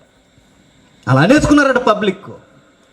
వాళ్ళు చేసే తప్పులు ఎంత ఆకాశాన్ని అంటే యెహోవాకి నైవేద్యం ఎలా ఇవ్వాలో ప్రత్యేకమైన కమెంట్స్ ఉన్నాయి ధర్మశాస్త్రంలో. ధర్మశాస్త్రం అనగానే అప్పటికే 5 గ్రంథాలు ఉన్నాయిగా, పంచగ్రంథాలు. ఆదికాండం నుంచి ద్వితీయోపదేశ కాండం వరకు ఏవైతే ఈ పంచకాండాలు ఉన్నాయో ఈ పంచకాండాల్లో ప్రత్యేకించి బలి విషయంలో ఎంత సీరియస్గా ఉండాలి. అరే అది దేవునికి పాపికి మధ్య జరిగేది. ఒక మనిషి బతికి బట్ట కట్టాలన్నా, దేశం సత్యశ్యామలంగా ఉండాలన్నా, భవిష్యత్తు పురోగభివృద్ధి బాగుండాలన్నా, తరాలు బాగుండాలన్నా, మనిషి అయిన వాడు దేవుని దగ్గరికి బలి ద్వారా కడిగేసుకునే ఒక గంభీరమైన కార్యక్రమం అని దేవుడు ధర్మశాస్త్రంలో రాస్తే, ఆ గంభీరమైన కార్యక్రమాన్ని వీళ్ళు ఏం చేశారట, మొక్కలు మంచి మంచి మొక్కలు ఎక్కడ ఉన్నాయో తీసుకున్నారట. చూసారా, రాజమండ్రిలో ఒక ఆయన ఉండేవాడని వినికిడి. పోస్ట్ మార్టం చేస్తుంటారు చూసారా. పోస్ట్ మార్టం చేస్తున్నప్పుడు కొంతమంది ఏం చేస్తారంటే బాగా డ్రింక్ చేసి చేస్తారు. లేదంటే చేయడం కష్టం. అది ఎందుకంటే మేక కాదు, కోడి కాదు, దాన్ని కోయడానికి మనిషిని మనిషి కోయాలంటే ఎలా ఉండాలండి, మనిషిలో ఉండకూడదు అంతే. ఇప్పుడు ఏం చేయాలి, డెవిల్ ఆకారం వచ్చేస్తే అప్పుడు కోసేస్తారన్నమాట. అందుకే చాలామంది ఏం చేస్తారంటే తాగుతారు. తాగినప్పుడు ఒక ఆయన కట్ట, మరి రాజమండ్రి ఎక్కడ తెలియదు, నేను విన్నా, మా డిపార్ట్మెంట్లో విన్నా. తాగినప్పుడు స్టప్ కావాలిగా తినడానికి. అప్పుడు ఆయన ఏం చేసాడని తెలుసా, లోపల ప్రెస్ బాడీస్ వస్తాయి చూస్తారా, ఆ బాడీ లోపల ఉంటాయి. మనకి ఏదో అంటాం కదా, ఆ ముక్క ఏంటి కొత్త అంటాం చూసా, మటన్ కొట్టుకు వెళ్ళినప్పుడు. ఏంటండి అది కార్జిమట. అది ఇయ్యండి అంటాం. ప్రత్యేకించి డబ్బలాలు తెచ్చుకుని ఉన్నారు తెలుసా, ప్రత్యేకించి దాన్ని ఇంకేంటాను కందలంకాయలు. అవి ఇలాంటివన్నీ పోగేసుకుని అదో రకం ఇష్టం. తినడం తప్పని అంటలేదు, తినండి.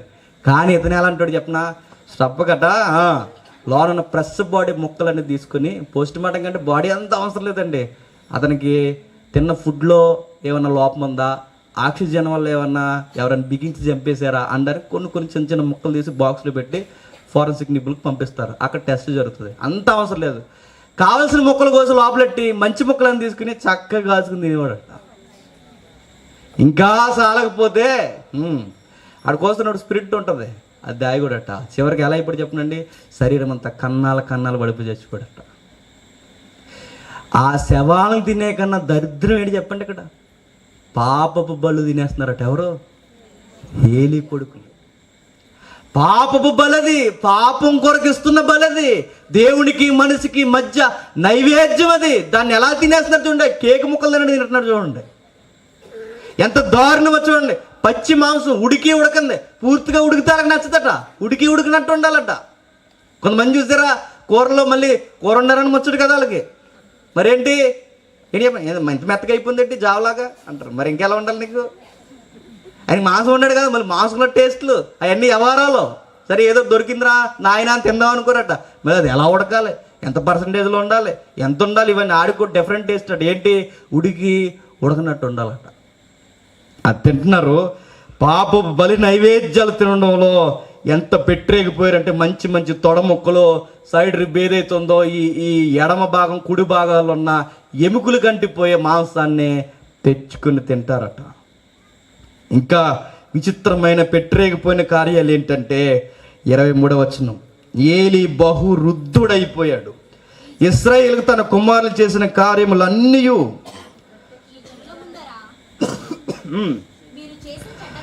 మీరు చేసే చెడ్డ కార్యములు, ఇలాంటి కార్యములు మీరెందుకు చేస్తున్నారు? నా కుమారులారా ఇలాగూ చేయవద్దు. ఎవరినాడు చూసారా, ఏలీ పాడు చేశాడండి కొడుకుల్ని. ఎవరినే? కొడుకుల్ని. ఏం చేస్తున్నారు వీళ్ళంటే, ఇశ్రాయేలు తన కుమారులు చేసిన కార్యములన్నిటి గురించి విన్నాడట. అతని వయసు ఎంతటప్పటికే బహువృద్ధుడు. ఇప్పుడు అంటున్నాను, ఏలీకి 98 సంవత్సరాలు వచ్చాయంటే కొడుకులకి మినిమం ఏజ్ ఎంత ఉండాలి ఆ రోజుకి? ఒక 30-40 సంవత్సరాల వయసు అండి. 30-40 సంవత్సరాల వయసు వచ్చిన కొడుకుల్ని ఒక ముసలివాడు ఏమని గద్దించగలడు చెప్పండి? ఇప్పుడు ఈయన గద్దిస్తే వినే వయసులో ఉన్నారు వాళ్ళు? లేరు. ఒకరోజు సమూయేలుని చక్కగా పెంచాడు, ఆ రోజు నుంచి గద్దింపులు ఉన్నాయి కనుక చక్కగా పెరిగాడు. ఈయన ఎప్పుడు గద్దిస్తున్నాడట? వాళ్ళు పెద్ద వయసు వచ్చేసి తండ్రులు అయిపోయే వయసు వచ్చేసిన తర్వాత వృద్ధాప్యంలో ఉన్న ఈయన గద్దిస్తుంటే ఇంకేమంటారు? మీరు గుర్తుపెట్టుకోండి, మీ కొడుకుల్ని గద్దించాల్సిన టైంలో మీరు గద్దించకపోతే ఆ తర్వాత మీరు గద్దించిన మీ మాట వాళ్ళు లెక్క చేయరు. ఏలీ మాట అంత సీరియస్గా తీసుకోలేదంటే. ఎందుకు? ఈయన వృద్ధుడు, వాళ్ళు యవ్వనులు. 34 సంవత్సరాల వయసులో ఉన్నారు. ఆ టైంలో వాళ్ళకి చెప్తే ఎవడింటాడో. అందుకే తెలుగు సామెత కూడా మొక్క వంగనది మ్రానయ్యక నరికేయడమే తప్ప వంగ తీయడానికి పనికి. అందుకే దేవుడు అన్నాడు, ఈ కొడుకుల్ని ఇద్దరిని చంపేయాలనుకున్నాడు దేవుడు. అంతే, ఇలా మారక వాత వేయబడిన మనస్సాక్షి. ఏలీ కొడుకులు ఇంకా ఏం చేస్తున్నారంటే, అక్కడ సహాయం చేయడానికి వచ్చిన స్త్రీలు, వర్క్లో హెల్ప్ చేయడానికి వచ్చిన స్త్రీలతో ఏం చేస్తున్నారట, తప్పు చేస్తున్నారట. ఎంతగా చూడండి, బలులు తినేశారు, ఇంకా పెట్టరేగిపోయారు. ఇంకా వచ్చిన స్త్రీలను సేవ చేయడానికి చర్చికి వచ్చే వాళ్ళు ఏం చేస్తున్నారట. ఎంత అన్యాయం. ఈరోజు లేరండి అలాంటి వాళ్ళు. చర్చికి వచ్చిన వాళ్ళ, చర్చికి వచ్చిన వారిని కూడా సరి చేస్తున్నారంటే ఇలా మనస్సాక్షి ఏమైంది. మొన్న వెళ్ళామండి ఒక ఏరియాకి, అయిన తర్వాత చెప్పారు, లేదు ముందే చెప్తుంటే మొత్తం ఎడబెడ కొట్టేద్దాం గొడవ లేకుండా. అయ్యాక తెలిసింది అసలు విషయం. వచ్చిన వాళ్ళందరినీ జాగ్రత్తగా ఓదారుస్తారట ఆయన. ఆ విధంగా సిగ్గుండొద్దండి.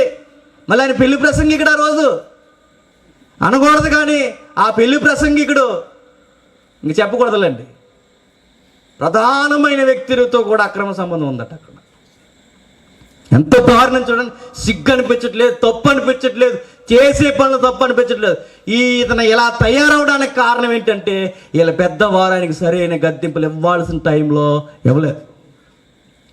మీ పిల్లలు పేరెంట్స్గా మీరు చూసి చూడనట్టు ఒక లుక్కేసి వదిలేశారో, పర్లేదు లేరా అన్నట్టు గద్దించినట్టు, తిట్టకపోతే బయట వాళ్ళు ఏమనుకుంటారా అని తిట్టినట్టు తిడితే ఏలీలాగే అవుతుంది వ్యవహారం. ఏలీ కూడా ఏం చేశాడంటే, తిట్టకపోతే బాగోదన్నట్టు, ఏమి అనకపోతే బాగోదన్నట్టు, ఏదో అంటే మరలా ఏమనుకుంటారన్నట్టు, బయటి వాళ్ళు ఏమంటారో ఏంటో అనుకోలేనట్టు ఏలీ ఏం చేశాడంటే, ఒక మాట ఒక లైన్లో ఇచ్చేసి, నరుడికి నరుడు తప్పు చేస్తే ఎవడైనా విజ్ఞాపన చేయగలడు, మీరు దేవుడికే విరోధంగా చేస్తే ఏమిట్రా ఈ కార్యం, ఎవడ మిమ్మల్ని రక్షించగలడని అనేసి ఊరుకున్నాడట. అంతే. ఎంత దారుణమో చూడండి, అనేసి ఊరుకున్నాడట. అదే 2వ అధ్యాయం 11లో యెహోవా సేవ చేస్తున్న సమూయేలు ఏలీ ఎదుట సేవ చేస్తున్నాడు. ఈ యాటిట్యూడ్ ఉండేసరికి 26లో ఏం గడపంచాడు, బాలుడగు సమూయేలు ఇంకను ఎదుగుచు యెహోవా దయందును మనుషుల దయందును వర్ధిల్లుచుండెను. ఏంటట, యెహోవా దయందును మనుషుల దయందును. ఈ వచనంలో కనబడిన మాట ఏంటి, ఏలీ ఎదుట సేవ చేస్తున్నాడు అన్నదే కనబట్టలేదు. ఏలీ సైడ్ అవుతున్నాడు చూడండి మెల్లమెల్లగా. 11వ వచనంలో ఏలీ ఎదుట సేవ చేశాడు. 26వ వచనంకి వచ్చేసరికి ఈ సమూయేలు మాత్రం యెహోవాకు సేవ చేస్తున్నాడు. కొడుకుల విషయంలో సమూయేలు లాంటి గొప్ప ప్రవక్తను పెంచిన ఈయనే, బయట వారిని ఇంత బాగా పెంచిన ఈయనే, సొంత కుటుంబం కొడుకుల దగ్గరకు వచ్చేసరికి నెగ్లెక్ట్గా ఉన్నాడట.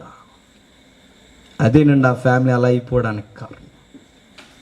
ఇంకొక మాట చెప్పనా, సమూయేలు ఇంత సీరియస్గా ఏలీ ఇంత సీరియస్గా పెంచాడే, ఇలా బైండ్ అయిపోవడానికి కొడుకుల మాట విని గద్దించినట్టు ఏలీ ఉండడానికి కారణం ఏంటబ్బా అని ఇంగ్లీష్ రచయితలు అందరూ స్టడీ చేశారండి. ఎవరి మీద, ఏలీ గారి మీద. ఆ స్టడీ చేసినప్పుడు ఒక విచిత్రమైన మాట బయటకు వచ్చింది. ఏంటంటే అది చూద్దాం. ఇదే 2వ అధ్యాయం అనుకుంటా, 2వ అధ్యాయం 29వ వచనం. జాగ్రత్తగా 2వ అధ్యాయం 29వ వచనం. నా నివాస స్థలమునకు నేను నిర్ణయించిన బలి నైవేద్యములను మీరేల తృణీకరించుచున్నారు. మిమ్మును క్రొవ్వు పెట్టుకొనుటకై నా జనులకు ఇశ్రాయేలీయులు చేయు నైవేద్యములలో శ్రేష్ఠ భాగములను పట్టుకొనిచున్నారు. బాగా వినండి, 27లో ఒక మాట నేను చదువుతాను. అంతటా దైవజనుడు ఒకడు ఏలీ యొద్దకు వచ్చి, ఎవరు దైవజనుడు అప్పటి వరకు? ఏలీ. దైవజనుడు అయిన ఏలీ దగ్గరకు ఇంకొక దైవజనుడు వచ్చినట్టు, ఆయన పేరు లేదు. ఆ దైవజనుడు వచ్చి ఇలా అంటున్నాడట. ఏమనంటే నేను చదువుతాను కొన్ని పదాలు. మిమ్మును క్రొవ్వు పెట్టుకున్నటకై శ్రేష్ఠ భాగాలు తీసుకుంటున్నారు అన్నాడు. నిజానికి ఏలి ఆకారం ఎలా ఉంటుందట? కొంచెం లూజ్ బాడీ అట, సబ్బీగా ఉంటాడట. ఎవరు? ఏలీ గారు క్రీడాకారులో ఉన్నాడట. అలాంటి ఆయన దగ్గరికి వెళ్ళి మీకు కొవ్వు బాగా ఎక్కువైందంటే ఏమనాలి? మీకు అర్థమైందో లేదో? ఏలీ గారి ఆకారం ఏమో స్థూల దేహమైంది, భయంకరమైన ఆకారమైంది. కూర్చుంటే లెగలేడు, లెగిస్తే కూర్చోలేడు, వయసు కూడా అంత అయిపోయింది. అలాంటి ఆయన దగ్గరకు ఒక దైవజనుడు వచ్చి అన్నాడట, ఏమని? మీకు కొవ్వు బాగా ఎక్కువైంది అన్నాడట. ఇంకో మాట చెప్పిన పచ్చిగా, కొవ్వు ఎక్కువ కొట్టుకుంటున్నారు అన్నాడట. యెహోవా బలి నైవేద్యాలు తినేసి అడ్డగోలుగా కొవ్వు పెంచేసి నీ కొడుకులు నువ్వు, ఇదే మాట అందులో ఉంది, మీరు అన్నాడు అక్కడ. మీరు ఏలి బాగా, నేను ఆ పాయింట్ చెప్తున్నాను మరలా. ఏలీ గారు కొడుకులంతా గద్దించి హెచ్చరించి అనకపోవడానికి కారణం ఏంటంటే, ఒకటి పనికి మాలిన గారాబం, రెండో ఒక ఈక్ పాయింట్ ఉందట. ఎవరికి? ఏలీకి. ఎవరు దర్యాప్తు చేస్తారో మరి, ఎక్కడ యూదుల యొక్క సంస్కృతులు ఉందో ఎక్కడుందో తెలియదు కానీ వ్యాఖ్యానాలు అన్నారండి. నిజమే మాట అనిపిస్తుంది. శ్రేష్ఠ భాగాలన్నీ కలిపి తీసుకున్నారంట కొడుకులు, ఏలీ కూడా. అందుకే ఒక ఆయన ఏమన్నాడంటే, సైడ్ రిబ్ ఉంటుంది చూసారా, ఏలీ గారికి ఆ రిబ్ మీద ఉన్న మాంసం అంటే ఆయనకి బాగా ఇష్టమట. ఇప్పుడు స్థూలదేహం వచ్చిందంటే ఊరకొస్తుందో చెప్పండి? బాగా తింటే వస్తుందా రాదా? భవిష్యత్తులో రైస్ దొరకదన్న ఈరోజు ఎక్కువ తినేస్తారు చూసారా? అలాంటి వాళ్ళు ఎలా ఉంటారు చూసారా? ఇప్పుడు ఆ తిన్నవాళ్ళు నేను ఏమంటలేదు కానీ కొంతమంది చూడండి, ఇంకా రేపు నుంచి రైస్ దొరకదు, ప్రపంచానికి కరువు అన్నట్టు తింటారు ఈరోజు. చూసారు లేదో? ఏలీ గారికి ఆ లూజ్ బాడీ, కొంతమంది తినకపోయినా వస్తుంది, అది వేరే విషయం. మరి ఆయనకి ఎలా వచ్చిందో తెలియదు కానీ ఒక్క మాటలో చెప్పాలంటే ఏలీ గారికి శ్రేష్ఠ భాగాలంటే ఈయనకి కూడా ఇష్టం ఉందట. తండ్రి ఈక్ పాయింట్ ఏటో పట్టుకున్నారు. ఎవరు? కొడుకు. వాళ్ళ నాన్న ఏమని అన్నాడు అనుకోండి, వెంటనే మాంసం పంపిస్తారట. నాన్నగారు మరి అనగానే, ఎందుకు అలా చేయకండి అంటాడు మెల్లగానే. మీకు విషయం చెప్పిన, టీనేజ్కి వచ్చే కూతుర్లు, టీనేజ్కి వచ్చే కొడుకులు మనలో పట్టుకునేది ఏంటి చెప్పిన, మన మైనస్లు, మన ఈక్ పాయింట్లు ఏంటో మన పేరెంట్స్ని వాళ్ళు స్టడీ చేస్తారండి. వాళ్ళ పేరెంట్స్ని పట్టుకుంటారు. మా అమ్మ ఈక్ పాయింట్ ఏంటి, మా నాన్నగారు ఎక్కడ దొరుకుతాడు, ఇవన్నీ చూసి టైంకి సరిగ్గా మా నాన్నకి సాయంత్రంకి ఇది ఉంటే సరిపోద్ది అనుకుంటే, నాన్నగారు తెమ్మంటారా అంటాడట. టైం అవుతుంది తీసుకురమ్మంటారా అనగానే, బంగారు నాన్న అలాగే వచ్చేటప్పుడు బజ్జీలు కూడా మర్చిపోకరా అంటాం. అప్పుడు అలా తెచ్చాడు, ఇలా ఇచ్చేసి మనకి ఏదో పడేసి మన ఈక్ పాయింట్ తీసుకొని ఆడు చెయ్యాల్సినవన్నీ చక్కగా పెడతాడట. అమ్మ చూడండి, అమ్మ నాకు కూతురు అంటుంది ఇలాగా, ఏమని తెలుసా, నువ్వు చెప్పకు, నువ్వు చెప్పడానికి నాకు సరిపోవు, ఎందుకు, నీ ఈక్ పాయింట్ నీ కూతురికి తెలుసు. అందుకే పేరెంట్స్ ఏమంటారు చెప్పనా, బాబు వాడికి మేము చెప్పలేము, మీరు 4 మాటలు చెప్పండి. ఎందుకు చెప్పలేరు? మీరు కన్నారా వాళ్ళకన్నారా? మీరు ఎందుకు చెప్పలేరు? మీరు బలహీనులుగా దొరికేసారు వాళ్ళకి. మీరు ఎందుకు గద్దించలేరు? బాబు మేము చెప్పలేకపోతున్నాం మా బిడ్డలకి, వాడు మా మాట వినవండి, ఆవిడ మా మాట వినదండి, దయచేసి మీరనే చెప్పండి. పాస్టర్ గారు, దైవజనులు, నాన్న నా కొడుకు వయసు ఉంది, నువ్వన్నా గద్దించి వచ్చని ఎందుకు బతుకులాడుకుంటున్నావు? మీ పిల్లల దగ్గర అంతెందుకు దిగజారిపోయారు? మా మాట వింటలేదని ఇంకొకరి దగ్గర ఎందుకు కన్నీళ్ళు మింగుతూ గుక్కుతూ ఏడుస్తున్నారు? ఎందుకో చెప్పినా, మీ పిల్లల దగ్గర ఏదో దొరికారు మీరు, లేకపోతే లోకు చేసుకున్నారు మీరు, ప్రేమించి నెత్తికి ఎక్కించుకున్నారు. ఈరోజు దిగమన్నా దిగరు. కొడుకుల్ని కోరుండి చేతులారా మనం ఇవ్వాల్సిన ఫ్రీడమ్ కన్నా ఎక్కువ ఫ్రీడమ్ ఇచ్చి దానికి ప్రేమను తగిలిస్తే టైం వచ్చేసరికి మనల్ని ఎలా ఆడుకోవాలో అలా బాగా ఆడుకుంటారట. అడుగుతారా వాళ్ళు? టీనేజ్ పిల్లలు చూడండి, తల్లిదండ్రులు మైనస్లు అన్నీ ఎదుగుతారు. మా నాన్నకి ఈ టైంలో ఇష్టం అండి, మా అమ్మగారికి ఈ టైం ఇష్టం అండి, మా నాన్న లేని టైంలో మా అమ్మగారు ఎలా ఉంటారండి, మా నాన్న ఉన్నప్పుడు ఇలా కాముగా ఉంటారండి, మా అమ్మగారు ఎలా ఉంటారండి, మా నాన్నగారు ఎలా ఉంటారనగానే ఏ టైంలో మా అమ్మకి ఏ విషయం చెప్పాలో వాళ్ళు లెక్కలు వేసుకుంటారట. మా నాన్నతో ఏ టైంలో ఏ విషయం డిస్కషన్ చేయాలో వాళ్ళు లెక్కలు వేసుకుంటారు. నేను చెప్తున్నాను, మీ భక్తి చర్చికి మాత్రమే పరిమితిపోయి కొంపలకు పోయి మీ ఇష్టానుసారంగా మీ పిల్లలు ఎదుగుతున్నారో, జుట్టు పెట్టుకుని బీక్కుని నర్రేటు మీకు వచ్చి నిలబడి మీ కొడుకులు రౌడేసేటలు గాను, కూలీ కోళ్ళు గాను, దొంగలు గాను, సైనిక్ స్నాచర్లు గాను ఇలా చూడాల్సిన రోజులు రాకపోతే నన్ను అడగండి. ఈరోజు రౌడీ సీట్లతో తిరిగేది ఎవరు చెప్పిన? దైవజనుల కొడుకులు. ఈ రౌడీ సీట్లుగా బయట జులాయిగా తిరిగేది ఎవరు చెప్పిన? చర్చిలో ఉండే ఒక సీనియర్ విశ్వాస కూతుర్లు కొడుకులు. పార్కులు అంటే తిరిగేది ఎవరు చెప్పిన? క్రైస్తవ పిల్లలు ఎక్కువ మెజారిటీ. ఇలా అయిపోవడానికి కారణం ఏంటి చెప్పిన? మీరు ఇంటి దగ్గర చాలా సీరియస్గా జీవించాల్సిన భక్తిని నిర్లక్ష్యంగా జీవిస్తుంది. అందుకే ఇప్పుడు మనం చదువుకున్న ఎఫెసీ గ్రంథంలో 6వ అధ్యాయంలో మీ పిల్లలకి మీరు చెబుతున్నప్పుడు వాళ్ళ కోపం లెగుస్తుందంటే కారణం ఏంటి చెప్పిన? మీరే అన్నారు. వాళ్ళకి ఎందుకు కోపం లెగుస్తుంది? పేరెంట్స్కి మీరు ఒక విషయం చెప్తే చెప్పకండి మాకు అని ఎందుకు అంటున్నారు? కారణం మీరే. భక్తిని సీరియస్గా మీరు ఇంటి దగ్గర కొనసాగించకపోతే, గద్దించినట్టు దొంగ ప్రేమలు చూపిస్తే ఒక రోజుకి వాడు మా మాట ఏంటండి అంటామంతే. ఏలి అదే చేసినట్ట. ఏలికి కూడా శ్రేష్ఠ భాగాలు పంపించేసారు. నాన్నగారు తీసుకోండి ఈ భాగం, ఇది మీకు, ఇది మాకు, అది వాళ్ళకి అని ఓటాలు వేసేసి ఏలి గారు కూడా ఒక భాగం ఇచ్చేసారట. వీరి చూసి చూన్నట్టు కొడుకుల్ని ఏమనలేదట. అందుకే దేవుడు ఏమన్నాడు చూడండి, శ్రేష్ఠ భాగాలను పట్టుకున్నావు, వెంటనే అన్నాడు నాకంటే నీ కుమారులు నువ్వు గొప్ప చేసావు అన్నాడు. ఒక పాట చూద్దాం. నాకన్నా నీ కొడుకుల్ని గొప్ప చేసావు.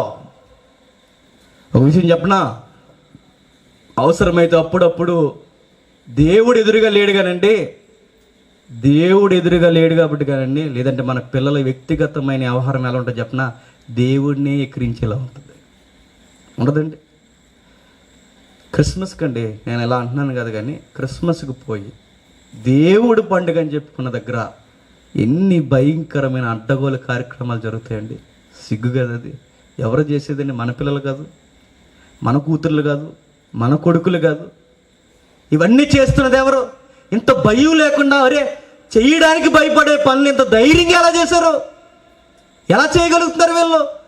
పేరెంట్స్ ఇచ్చిన పనికి మాలిన ఫ్రీడమ్ అని ఒకటి ఉంది చూసారా, ప్రేమ అని ఒకటి ఉందో చూసారా, లవ్ అని ఒకటి ఉంది చూసారా, తగిలించారు. అది లవ్ కాదు, మీ తింగరతనం వాళ్ళని అలా తయారు చేసింది. ప్రేమ అంటే ఎలా చెప్పిన దైవికమైన ప్రేమతో పెంచాలి. ఇక ఎలాగ పెంచారు? ఒక కొడుకుని చక్కగా పెంచారు. కొడుకుల్ని పెంచుతున్నారండి ఇప్పుడు చక్కగా. చదువు చదువు చదువు చదువు అని. పిల్లల్ని పెంచడం అంటే బట్టలు కొనిచ్చేయడం, పిల్లల్ని పెంచడం అంటే టైం కాడికి నచ్చింది ఉండేయడం, పిల్లల్ని పెంచడం అంటే నచ్చిన చదువులు చదివించడం కాదు. పిల్లల్ని పెంచడం అంటే దైవికమైన భయంతో పెంచడం. ఇది లేకుండా, ఈ జోన్ లేకుండా నువ్వు టైంకి వండినా, టైంకి బట్టలు కొన్నా, ఏం చేసినా క్రిస్టియన్ పిల్లలే. పాటలు పాడినా, వాక్యం చదివినా, ప్రైజ్లాట్ చెప్పినా, బయటికి పోయి చేసేది ఏంటి చెప్పినా, ఫ్రెండ్స్లో చేసే రంగులన్నీ అలవాటు చేసుకుంటారంట. వాళ్ళు గారాబగా పెంచుకున్నారండి. డాక్టర్ చేయాలనుకున్నారు, వాడిని మంచి ఇంజనీర్ చేయాలనుకున్నారు ఒక తల్లిదండ్రులు. యథార్థంగా జరిగిన ఒక సంఘటన షార్ట్ ఫిల్మ్ తీశారు. బాగా పెంచారు. వాడు బాగా ఎలా ఎక్కించుకున్నాడు తెలుసా? తల్లిదండ్రులు ఇచ్చిన అతి గారాబం వాడికి తలకెక్కింది. నిజంగా మన పిల్లలు కొన్ని తప్పులు ధైర్యంగా ఎలా చేయగలుగుతున్నారు? వాళ్ళ ధైర్యం ఒకటే, మా అమ్మ నాన్న పెద్ద ఏమైనా నన్ను అనర్లే అని. వాడి ఇంట్లో కూడా జేబులో సిగరెట్ పెట్టుకుని నీట్గా ఎలా వచ్చేస్తున్నాడో, తల్లిదండ్రుల ముందే నీట్గా ఇది ఇప్పేసి నీట్గా వాడు అనుకుంటున్నాడు అది మెయింటెనెన్స్ అని. చక్కగా బూతులు మాట్లాడుకుంటూ తల్లిదండ్రుల ముందే ఒక ఆడపిల్లని కామెంట్ చేస్తూ ఎలా రాగలుగుతున్నాడు? మా తల్లిదండ్రులు నన్ను ఏమి అనరని ధైర్యం వాడికి. తల్లిదండ్రులు అయిన వారి జేబుల్లో డబ్బులు అంత జర్జాగా ఎలా దొంగలిస్తున్నారు? బీరువాలో జర్జాగా అమ్మ దగ్గర కోరి ఇవ్వకపోతే బలవంతంగా ఎలా పట్టుకెళ్ళిపోతున్నాడు? వాళ్ళకి తెలిసింది ఏంటో చెప్పిన వాళ్ళు ఫిక్స్ అయిపోయారు, మా అమ్మ నాన్న నన్ను ఏమీ అనరని. అలా ఫిక్స్ అయిపోయినవాడు, నిలబడిపోయినవాడు ఒక రోజుకి ఎలా తయారయ్యాడు చూడండి. ఆ పాట చూడండి, మీకు భాష అర్థమవుతుంది కానీ భావం అర్థమవుతుంది. చూడండి ఒకసారి ఆ పాట మీరు చూడండి. గారాభంగా పెంచుకున్న కొడుకు ఇవ్వాల్సిన పీడం కన్నా ఎక్కువిస్తే, చూపించాల్సిన గారాభం కన్నా చూపిస్తే, చివరికి ఆ కొడుకు ఎలా అయిపోయాడో చూడండి. ఇంటికి వస్తాడనుకున్న కొడుకు ఒకరోజు దారిలో ఆడపిల్లల చైన్ దొంగిలించేసి లాగేసి అది పట్టుకుని వెళ్ళి మత్తు మందులు కొనుక్కొని అవి పీల్చి చివరికి డాక్టర్లు కూడా చేతెత్తేశారు. ఏమనంటే మీ కొడుకు బతకడని. చివరికి ఇంటికి వస్తాడనుకున్న కొడుకు శవమై వచ్చారు. అతి గారాభంగా పెంచుకున్న ఆ ఎంప్లాయీస్ ఫ్యామిలీ కొడుకుని శవం చేసింది వాళ్ళ గుడ్ ప్రేమ. మన కుటుంబాల్లో కూడా అలాంటి యాటిట్యూడ్ ఉందేమో చూడండి. నేను చిన్నప్పటి నుంచి ఎలా పెంచుకుంటున్నారు చూడండి ఒకసారి.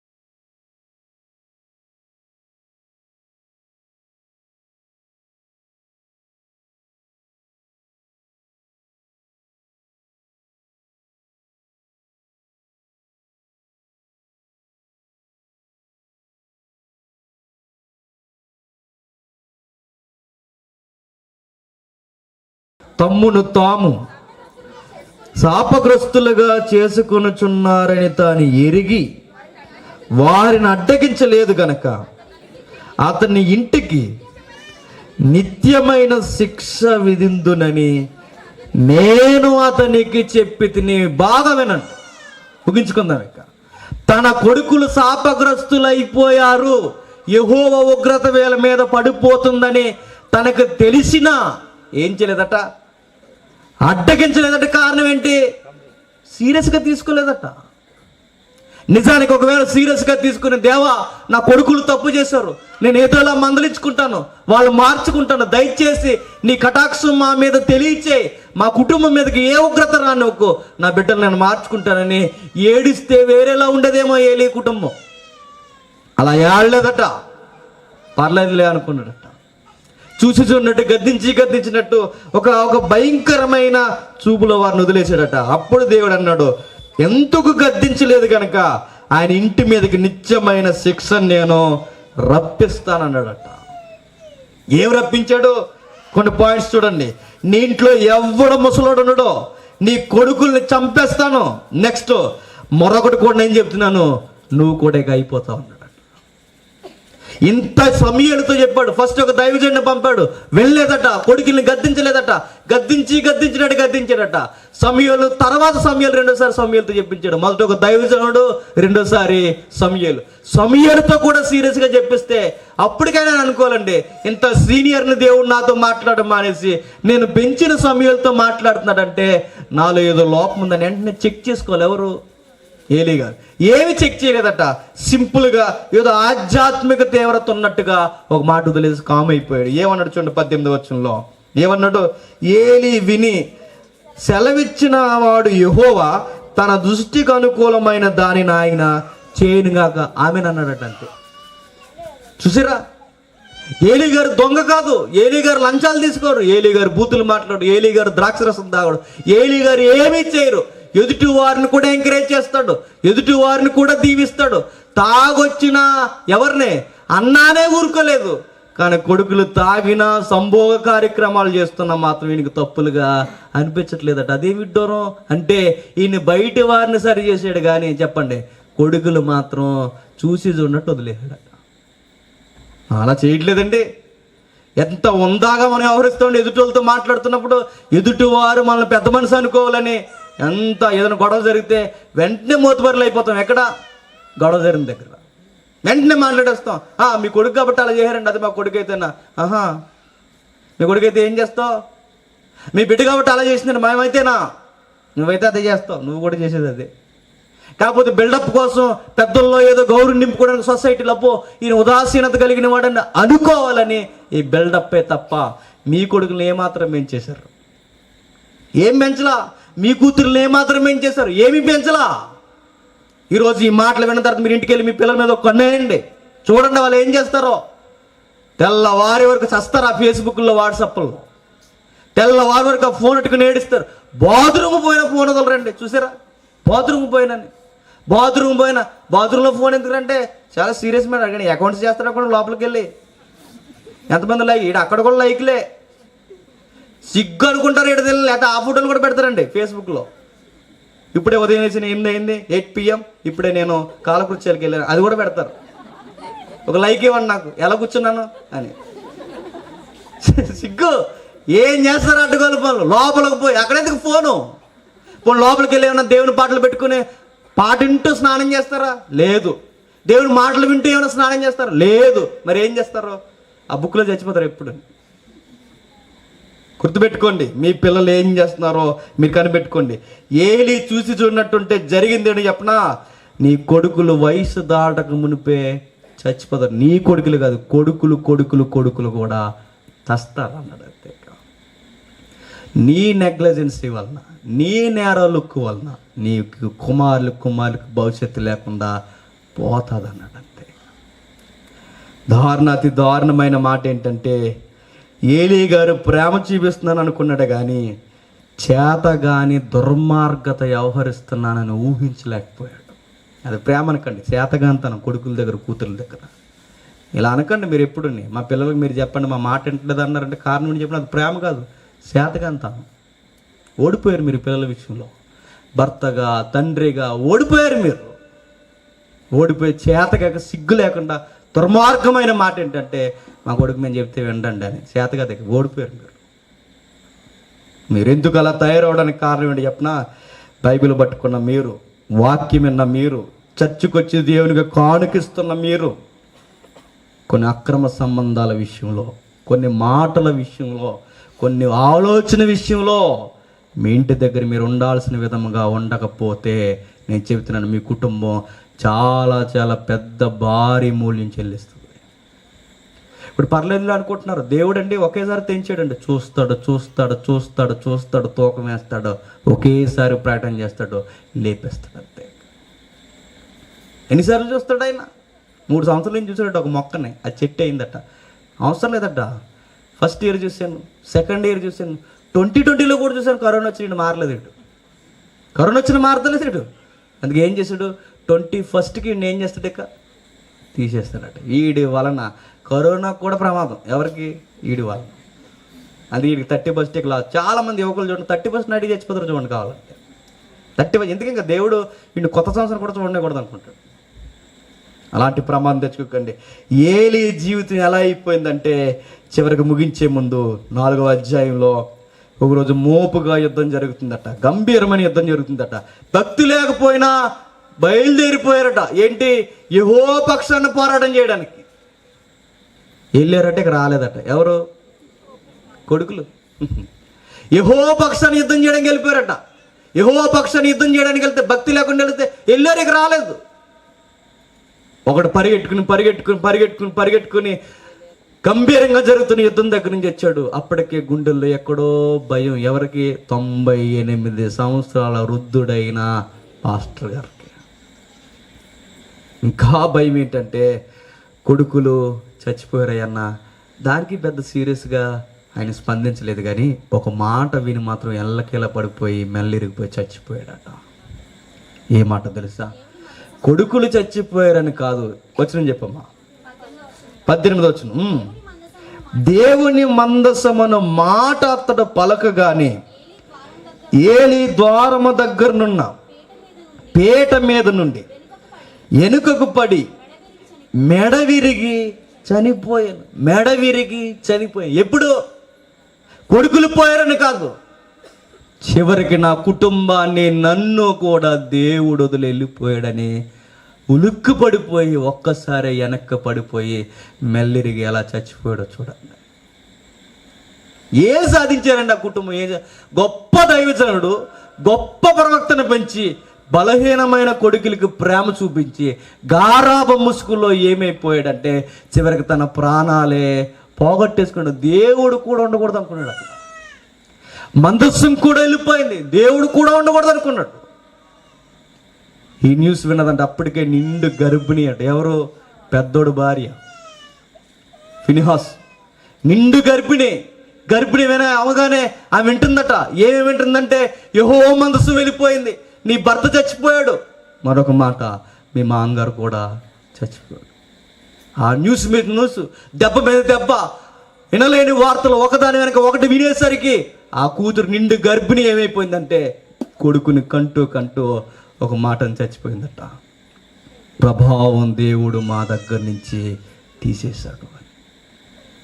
మేమే చేతులారా చేసుకున్నాం. నా మామ చచ్చిపోయాడు, నా యజమాని, నా పెనిమిడి చచ్చిపోయాడు. చివరికి దేవుడు కూడా మమ్మల్ని వదిలేశాడు. నా భర్త వదిలేశాడు. నాకు బాధ ఆ విషయం కన్నా, నా మామగారు చచ్చిపోయాడు అన్న బాధ కన్నా, చచ్చిపోయే ముందు నా బాధ ఏంటంటే దేవుడు మమ్మల్ని వదిలేశాడు, చచ్చిపోయారు. నేను చెప్తున్నానండి, దేవుడు వదిలేసడం, మనుషులందరూ మనం వదిలేసినా పర్లేదండి, ఎవరు ఎన్ననుకున్నా మనం పర్లేదండి, ఎవరు ఏం చేసినా మనకు పర్వాలేదండి, కానీ దేవుడు కానీ మనం చెయ్యి వదిలేస్తే చాలా భయంకరమైన పరిస్థితి. ఎందుకు చెప్పిన, చచ్చి మళ్ళీ చచ్చిపోతాం. ఎక్కడ? బాధపడుతూ చచ్చిపోయింది కొడుకుని, బాధపడుతూ. లోకం నీకు వ్యతిరేకమైపోయినా పర్లేదు, దేవుడు మాత్రం నీ చెయ్యి వదలకూడదు. యేసుక్రీస్తు విలువెల్లాడిపోయాడు. ఎక్కడ? కలవరిగిరి మీద. స్నేహితులైన శిష్యులు వెళ్ళిపోయారని కాదు, తల్లిదండ్రులు దూరం అయిపోయారని కాదు, రొమ్మున అనుకునే యోహాను దగ్గర లేడనే కాదు, బల్లంతో పొడిచేయడానికి రెడీగా ఉన్నారని కాదు, కొరడాలతో సీరేసారని కాదు, మేకులు వేసేసారని కాదు. ఆయన బాధ గెచ్చమనే వనం దగ్గర నుంచి ఒకటే, నాకు దేవునికి చెయ్యి విడిపోయే తెగిపోయి ఒక టైం రాబోతుంది, దేవా నువ్వు కూడా నా చెయ్యి వదిలేసి నేను తట్టుకోలేను అన్నట్టు. నేను అడుగుతున్నానండి, అరే దేవుడి సన్నిధి, దేవుడి మహిమ నాతో లేదని భయపడుతూ బతికే వాళ్ళు ఎంతమంది ఉన్నారు? చివరికి ఆ ఫ్యామిలీ ఏం చేసింది? లంచాలు పోగేసుకున్నారు, తీసుకుని అడ్డగోలుగా తిన్నారు. ఏమైనా సుఖపడ్డారా? దేవుని డబ్బు తిన్నోళ్ళు చచ్చారు అన్యాయంగా. నేను మరలా చెప్తున్నాను, దేవుడి పేరు మీద, దేవుడి భక్తి మీద ముసుగులో ఏదైనా అడ్డగోలు పనులు చేస్తే లాస్ట్కి జరిగేది ఏంటి చెప్పనా? కుక్క సాగు చేస్తాం మనం. ఇసుకరోజు ఏదో తిన్నాడు, ఏమయ్యాడు? తలకిందులు పడి చచ్చాడు. కొడుకులు తిన్నారు, ఏలి కొడుకులు ఏమయ్యారు? అన్యుల చేతిలో చచ్చారు. ఏలి చూసుచున్నట్టున్నాడు సేవ విషయంలో, ఏమేడు? సీనియర్ సిటిజన్ ఆయన. అమాయకుడికి ఎలకీల పడిపోయి చచ్చిపోయాడు. గౌరవంతో వెళ్ళవలసిన శవం అండి అయింది, గౌరవంతో వెళ్ళవలసింది. ఒకవేళ ఏలి చచ్చిపోతే, ఏలి దగ్గర మనలాంటి వారు ఎవరైనా వెళితే, పెద్ద ఆయన ఎలా చనిపోయాడండి అంటే ఇలా చనిపోయాడండి. అప్పుడు చుట్టూ శవం చుట్టూ సౌండ్స్ ఏమైనా పడతాయి తెలుసా? అయ్యో ఇంచెలా మంచోడండి, ఇప్పుడు అబద్ధం ఆడడం, లంచం తీసుకోడు, ఏమి చేయడు. కానీ కొడుకులు మాత్రం ఇలా పెంచడని శవం ముందే కూర్చొని మాట్లాడుకుంటారు. ఒకవేళ మీరు చచ్చిపోతే మీ పిల్లల కోసం ఇలా మాట్లాడుకుంటారు. అన్నీ బాగానే చేసిందండి ఈ తల్లి, సంఘంలో బాగా సేవ చేస్తుంది, సంఘంలో బాగా ఉంటుంది, ఈ తండ్రి కూడా బాగా ఉంటాడు. కానీ కొడుకుల విషయంలో, కూతుర్ల విషయంలో మాత్రం సీరియస్గా ఉండలేకపోయారంటే బతుకుండగా ఆ రోజే మీరు చెప్పండి చచ్చిపోయారు. అలాంటి విషయాలు తెచ్చుకోకండి. ఏలీ గారు ఏం సాధించారు? ఏలీ కుటుంబం ఏం సాధించింది? ఏమీ సాధించలేదు. ఏలీ ఒకటి అనుకున్న దేవుడు నన్ను వదిలేశాడు. యేసుక్రీస్తు వారు కూడా మనకు అదే నేర్పిస్తున్నాడు. దేవుడు చెయ్యి వదిలేసే పరిస్థితులు మీరు తెచ్చుకోకండి. మీ కుటుంబం తెచ్చుకోవద్దు, మీ కొడుకులు కూడా తెచ్చుకోవద్దు. మీ ఫ్యామిలీని దేవుడు వదిలేస్తే మీ ముగింపు ఘోరాతి ఘోరంగా ఉంటుందట. మరొక మాట అండి, ఒకరోజు చెప్పాలి ఇది ప్రత్యేకంగా. దుష్టుడు సాతాను ఒక క్యారెక్టర్ ఉందిగా, వాడు నిజంగానే ఉన్నాడు. వాడు ఎప్పుడు కనబడలేదు అనకండి, కనబడుతున్నారు అక్కడక్కడ, కనబడతారు చూడండి సార్ ఇంటికి వెళ్ళినప్పుడు. సాతానుగాడి యొక్క గురండి బయటికి పోయిన వాళ్ళు ఫ్యామిలీల మీద ఉండదండి వాడికి. వాడు అస్సలు గురి పెట్టడు బయట ఉన్న ఫ్యామిలీల మీద. బయట చూడాలి చాలా జాలీగా, హ్యాపీగా, పార్కులకి, బీచ్లకి చక్కగా బ్రాందీ కలిసి తాగేసి వచ్చి ఇద్దరు డంకన్ డ్రైవర్ చదువుతారు, భార్య భర్తలు సిటీల్లో చక్కగా ఉంటారు, అన్యోన్య సహవాసం వాళ్ళది. వాళ్ళకి ఏ ప్రాబ్లమ్స్ ఉండవు, నీట్గా ఉంటారు.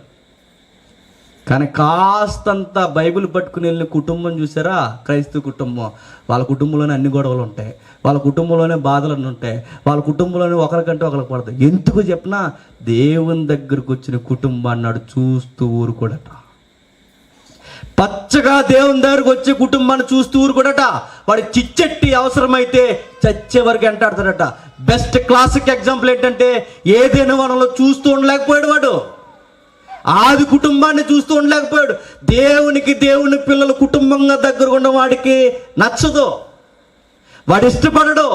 ఏదో ఒకలా నేను నీరసించిపోయేలా, కుళ్ళిపోయేలా, చచ్చిపోయేలా, నువ్వు ఒంటరి అయిపోయి బెకారోళ్ళ చచ్చిపోయేలా వాడు ఎన్ని కిరికిర్లు పెట్టాలో క్రిస్టియన్ ఫ్యామిలీస్లో అన్ని కిరికిర్లు పెడతాడట. అందుకు ఒక భక్తుడు ఏమన్నాడంటే, మీ పిల్లలకు భయభక్తులు రావాలి అంటే ముందు దేవుడికి నువ్వు భయపడాలన్నాడు. ముగిద్దాం ఇక. నీకు భయభక్తులు ఉంటే నీ పిల్లలకి భయం అంటే ఏంటో చెప్తావు. నీకు రక్షణ అనుభవం ఉంటే నీ పిల్లలకి రక్షణ అంటే ఏంటో చెప్తావు.